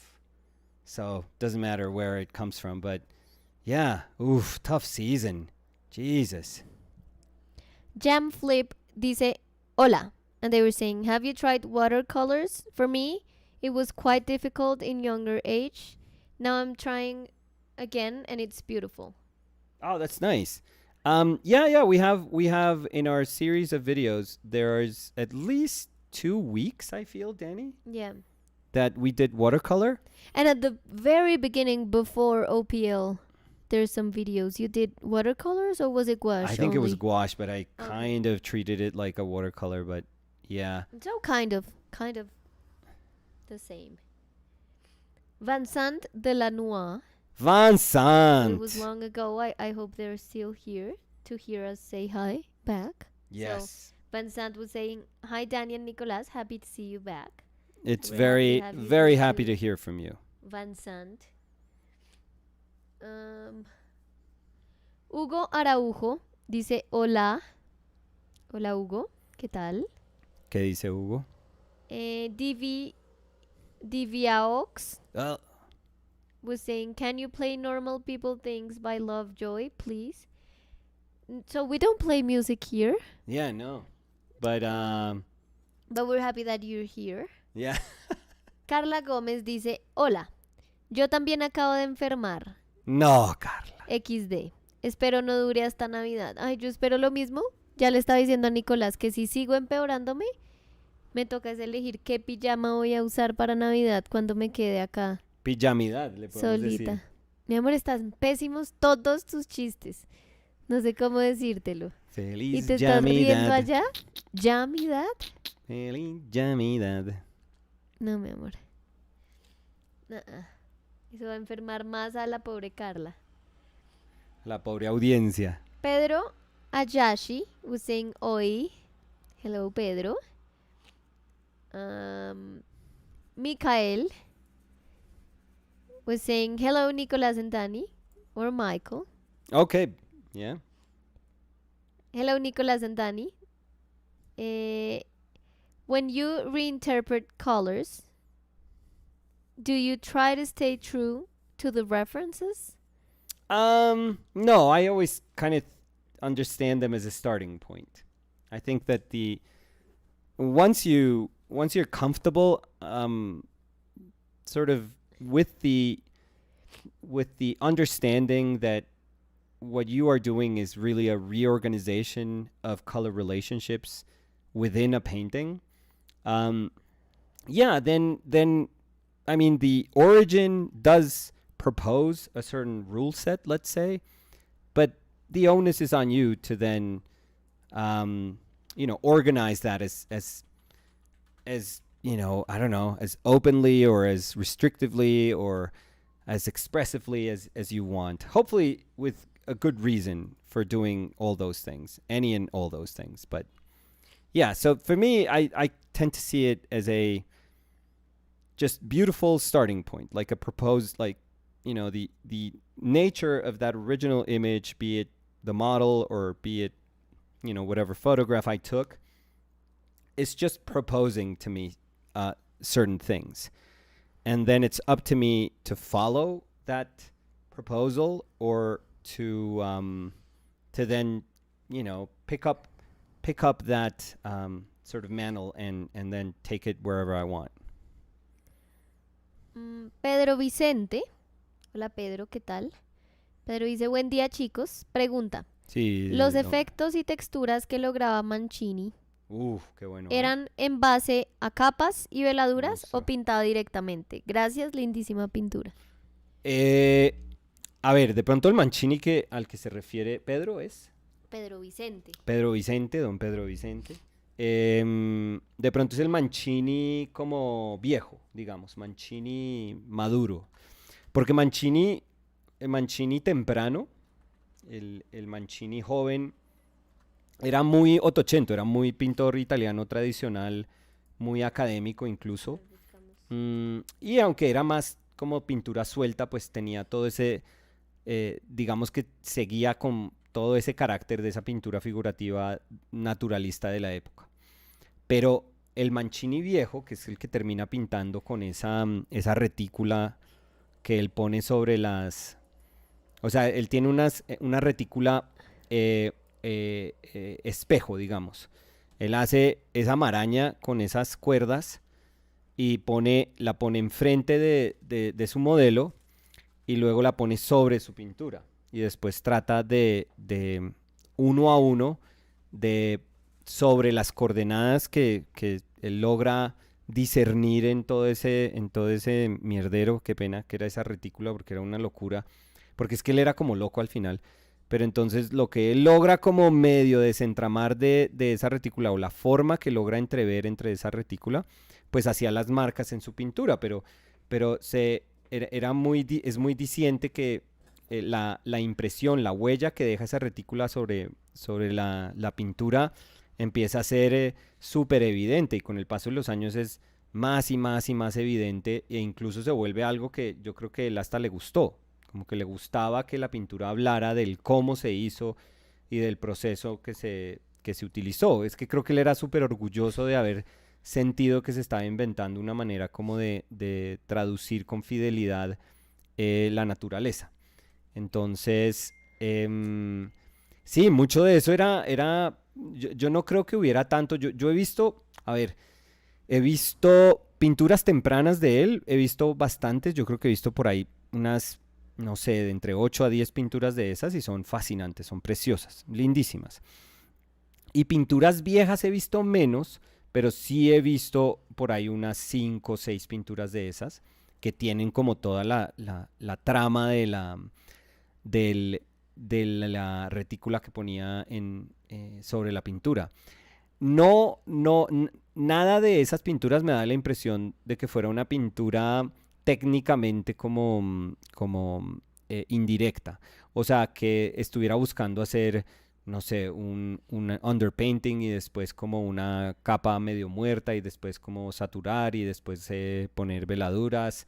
No, honestamente, parecía que era solo pintura no sé si 100% opaca, porque hay sitios donde sí se siente como una carga de medio, pero tampoco era, o sea, no era como si estuviera tratando de ser cuidadoso no sé, yo creo que mucha de la pintura es como acumulación, la verdad es como acumulación y acumulación y acumulación de pintura.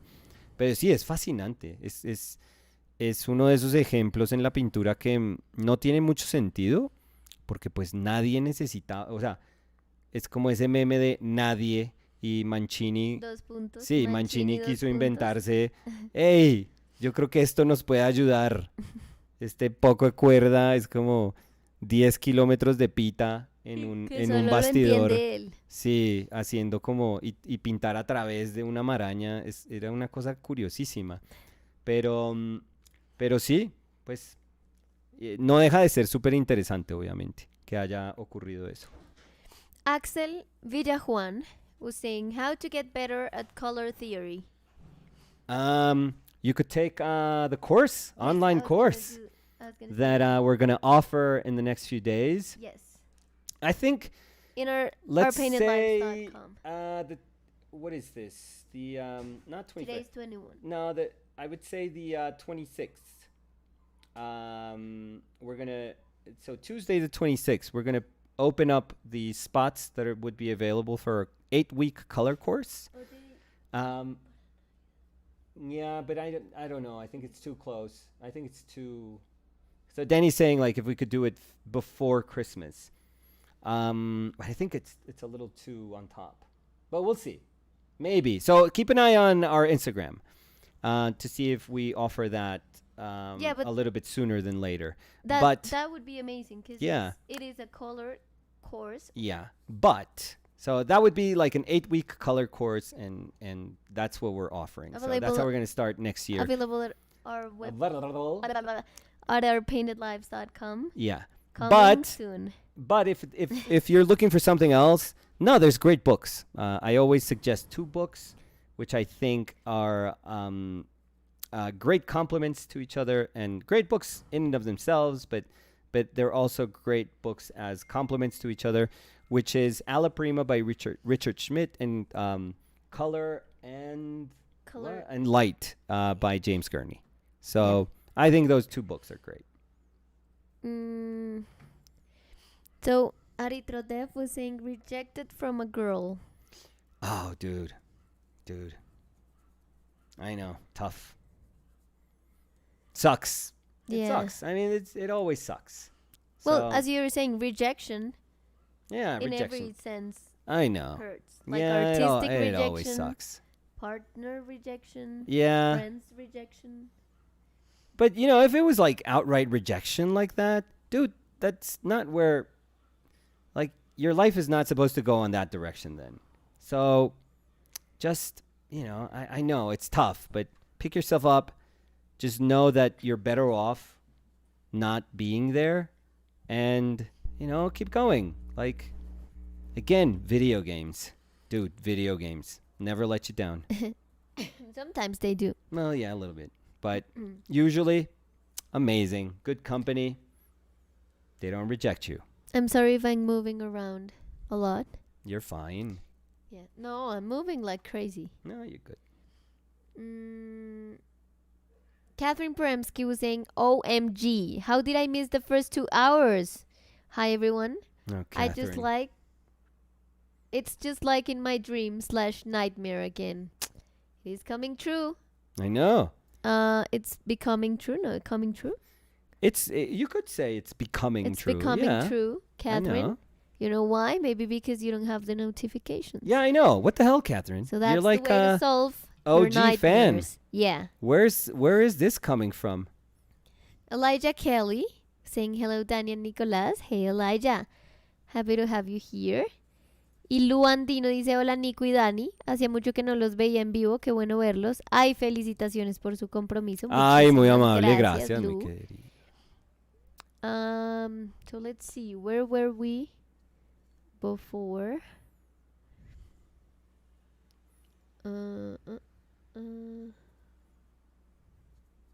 Oh yeah, so Carla is sick too. We were saying that. Mm.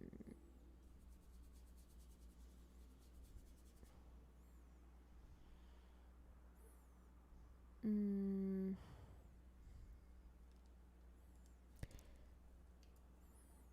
Someya was saying, what would you say it's your least favorite color to paint with? Oh. I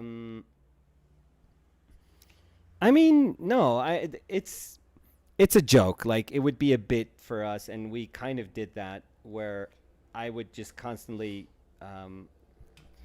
you know, talk about these colors as being like super gaudy and horrible. I remember there once was like a yellow that I was like, oh, this horrible yellow. It was like a transparent oxide lake yellow or something like that. No. It was pretty terrible, and we made fun of it. And then I would make fun of quinacridone magenta, and then I would make fun of Is it this what was it? The blue? The not the blue. What was it called? Teal, cobalt teal. But you liked it. And then afterwards. yeah, the funny thing is that when I painted with that yellow, the paintings were fine. Like I actually enjoyed it. Because I remember a yellow lake something. Yeah, Something, that one. something, That's the something. one I was saying. Yeah, but Transparent oxide yellow lake or something maybe. like that. And yeah, but the reality is like when I finished doing the paintings, it was fine. They were perfectly fine. The colors, like a color is such an abstract thing that there's no objective way of saying like, oh, this is a terrible color. And again, it would depend a lot in the palette. Yeah. Because it's not like you're going to paint with that color only. Right. So. I would say there's tough colors to handle. I mean that is objectively true. There are colors that because of how much they cover or their tinting strength that they're very difficult to deal with. But that makes them difficult, but that doesn't make them terrible or bad. It just makes them hard to deal with. So, and sometimes what is difficult for me may be, perfectly suited for like a different painter. Yeah. So, yeah, in reality, like we can make jokes about it, and I can say like some magentas again are like the New Jersey of colors or something. But in reality, it's like no, there's color is a color. There's no like you don't just squeeze a color and go like, oh my God, you're so beautiful. No, I guess Well, if you do there's that, people that react like that to yeah. But colors. when you're doing that, or sometimes like you could do that or I could do that. right. But Like, I oh, think it that looks has to do with delicious. like But it has nothing to do it has with nothing to do with being, paint. Yeah. Yeah, it has more to do with like you just like that color. Like you would like pants in that color, or I don't know, like a hoodie of that color. Or just Or the you wanna blob paint- of that painting looks amazing. Or you want to It's eat like, it. Yeah, I want to stuff my face with that color. That's maybe what I not say. that way, but Yeah, but it's not. But There's- you don't look at it and say like I don't know. That's oh my God, you're an ugly color. Like, or what does you're that gonna mean? be the best color to paint with, or you're gonna be Yeah. the worst color to paint with. It's No, it doesn't work that way. so. Catherine was saying, I swear I rang the bell. It just doesn't actually make a sound on my phone, sadly. So it's because you haven't activated YouTube notification on your phones, Catherine. Because if you ring the bell, but you don't have the notifications for YouTube on your phone, it's not gonna ring. Yeah, what's the point? So What is the point? maybe that's how you solve the nightmare. Oh yeah, no more. You sleep tight. Mm, let's see.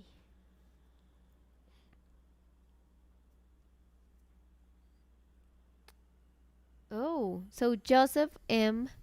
Ballet the third Okay. was Yeah. saying, "Oh, this login has my full name. Yeah, there's a lineage, Lineage. Yeah. Yeah. Yeah. lineage, and a story. I'll save that for later. No, you can tell Being it. a third, I usually go by Jamie, Okay. See? He's but I want invited. to know the story. I know, but there's a good present there. There's a good wedding present there, I feel. And we can't say there's a story. I'll save that for later. No, please let us know. No, no, no. It's the same thing for us because I'm going to be finishing Oh, so yeah, save this it for bit of later, this bit of and painting we for can later. read it So completely later. Oh, I thought that's because you were gonna end up right now. Like, no, I don't know. Prince Bourbon, so Zoe, yeah, let's finish was up with saying Zoe. That we started with Zoe. officially at work. So I Okay. will check in for the rest later. Have a good day, everyone. Have a good day, Zoe. I hope you sell a lot, and you don't have to tell a lot of people that they don't need so many varnish for a tiny painting. Yeah. So Daniel Lira, Kakiro. I think I'm gonna stop. Yep. And I mean, there's way more to do in this painting, but I think it's a super nice start for a painting. Mm-hmm. I think it's I think it's very obvious where we're headed with the painting.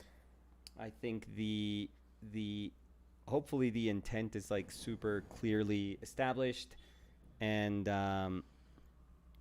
in terms of the very very tight knit chroma, uh, um, like pool of color that we've kind of created for this painting, it gives you a sense like, okay, this is what this is about. It's like a red heavy painting, which has like these kind of purpley, violety reds up top. Hopefully, some of those reds in the bigger kind of hoodie, in the bigger shape that is the hoodie, kind of point to the moments of warmth and redness in the portrait. So they are feeding off each other kind of nicely, and hopefully some of the neutrals that are helping us transition form and turn and make it turn, even though this is we don't have a lot of volume in this bit of a head, and we don't have anything in the contour helping us describe the volume either. So that's why I was very concerned about form feeling like form in the inside. But I think a lot of that coolness also is going to echo in the surrounding tones. So it's very close. It's very atmospheric without being soft, or without having like a sense of a veil that's kind of covering everything, which sometimes it's what you see with atmospheric paintings. No, I think this is more of an analogous sort of chromatic space, based on what I was saying earlier, that the colors are just so, the nature of the pigments, the nature of the colors is just so close that it makes it super, super hard for us to deviate from that nature. It's very, very difficult. So I'm very happy about that. I think that's gonna play like a big role in this painting, because we do need things to try and tie the painting together, to sort of assemble these pieces that are kind of like broken or abstract, a little abstract. We need that, and if there's cohesion that is helping us in the nature of the colors, then we can be a little bit bolder and a little bit more or we can go against form, against the three-dimensionality of form, and be a little more playful, hoping that there is this color DNA that's going to be helping us kind of block the painting together, just feeling like it's the cement that's keeping everything together. So I'm kind of happy about that. there's still a lot that I need to do with the portrait. Obviously, there's still a lot that needs to be solved. Even though like I really like some of the gestures already, and the gesture of, let's say, like a torso or an upper body that is hinting, this presence of an upper body that is being hinted at underneath these very kind of simple shapes. I like it. I like what's there. So I think it'll be how good I can kind of, solve some of this and then play it off of these more abstract shapes. I think that's what's going to determine how effective the painting is going to be. But I like it. I like it. Where we're leaving it, I think there's enough. I think it's a good place because enough questions are answered. Let's say enough about the direction of the painting is being answered. But there's also room for that painting to be developed. So it's not as if all the answers are already there, and our job now as painters is just to, I don't know, not deviate from any of that and just be super kind of boring and responsible while painting it. No, it's actually like, okay, there's like a playing ground here that's been established, and it's a matter of, what you want to make out of it. So, yeah, I think it's open enough to give myself options when I reestablish some of these shapes in hopefully tomorrow's session. So Yeah, so thank you everyone thank for you. being here. Sound terrible, Daniel Lira. No, I have a little bit of a body ache. Of a too. body ache? Yeah. Sí, Yeah. sí, sí. Yeah, sure. So, yeah. No, but it's fine. Oh, Daniel Lira, I'm so sorry. No, I mean, it's not like you wanted to. I mean, It's how not do like you know? were sneezing on top of me when I was sleeping. At night, didn't you feel me Maybe spitting was at it? your face like, throughout all these nights? So, yeah, that's gonna be it for today. Yes. Thank you everyone for being here, for joining us, and for being our company. Remember, Yeah. if you want to be here, you have to ring the bell. Yeah, don't and be like turn on. Catherine. Don't be like Catherine. Don't be like Catherine. Turn on the notifications. Yeah. And you, Catherine, please. Yeah. We want to have you here in time. Yeah, stop the next lies. time. Stop the lies. Like, don't lie to us. Don't lie to yourself.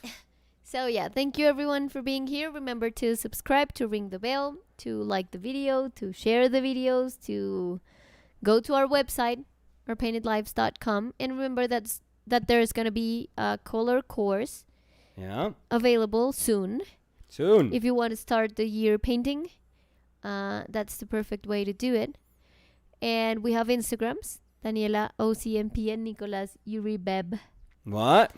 That's it, and we'll see you tomorrow. So I hope you feel better. If you feel better, we'll do this tomorrow. I'll let you know. Yeah. But if you don't feel good, then you obviously we don't need to do this. We won't see you ever again. Oh my God.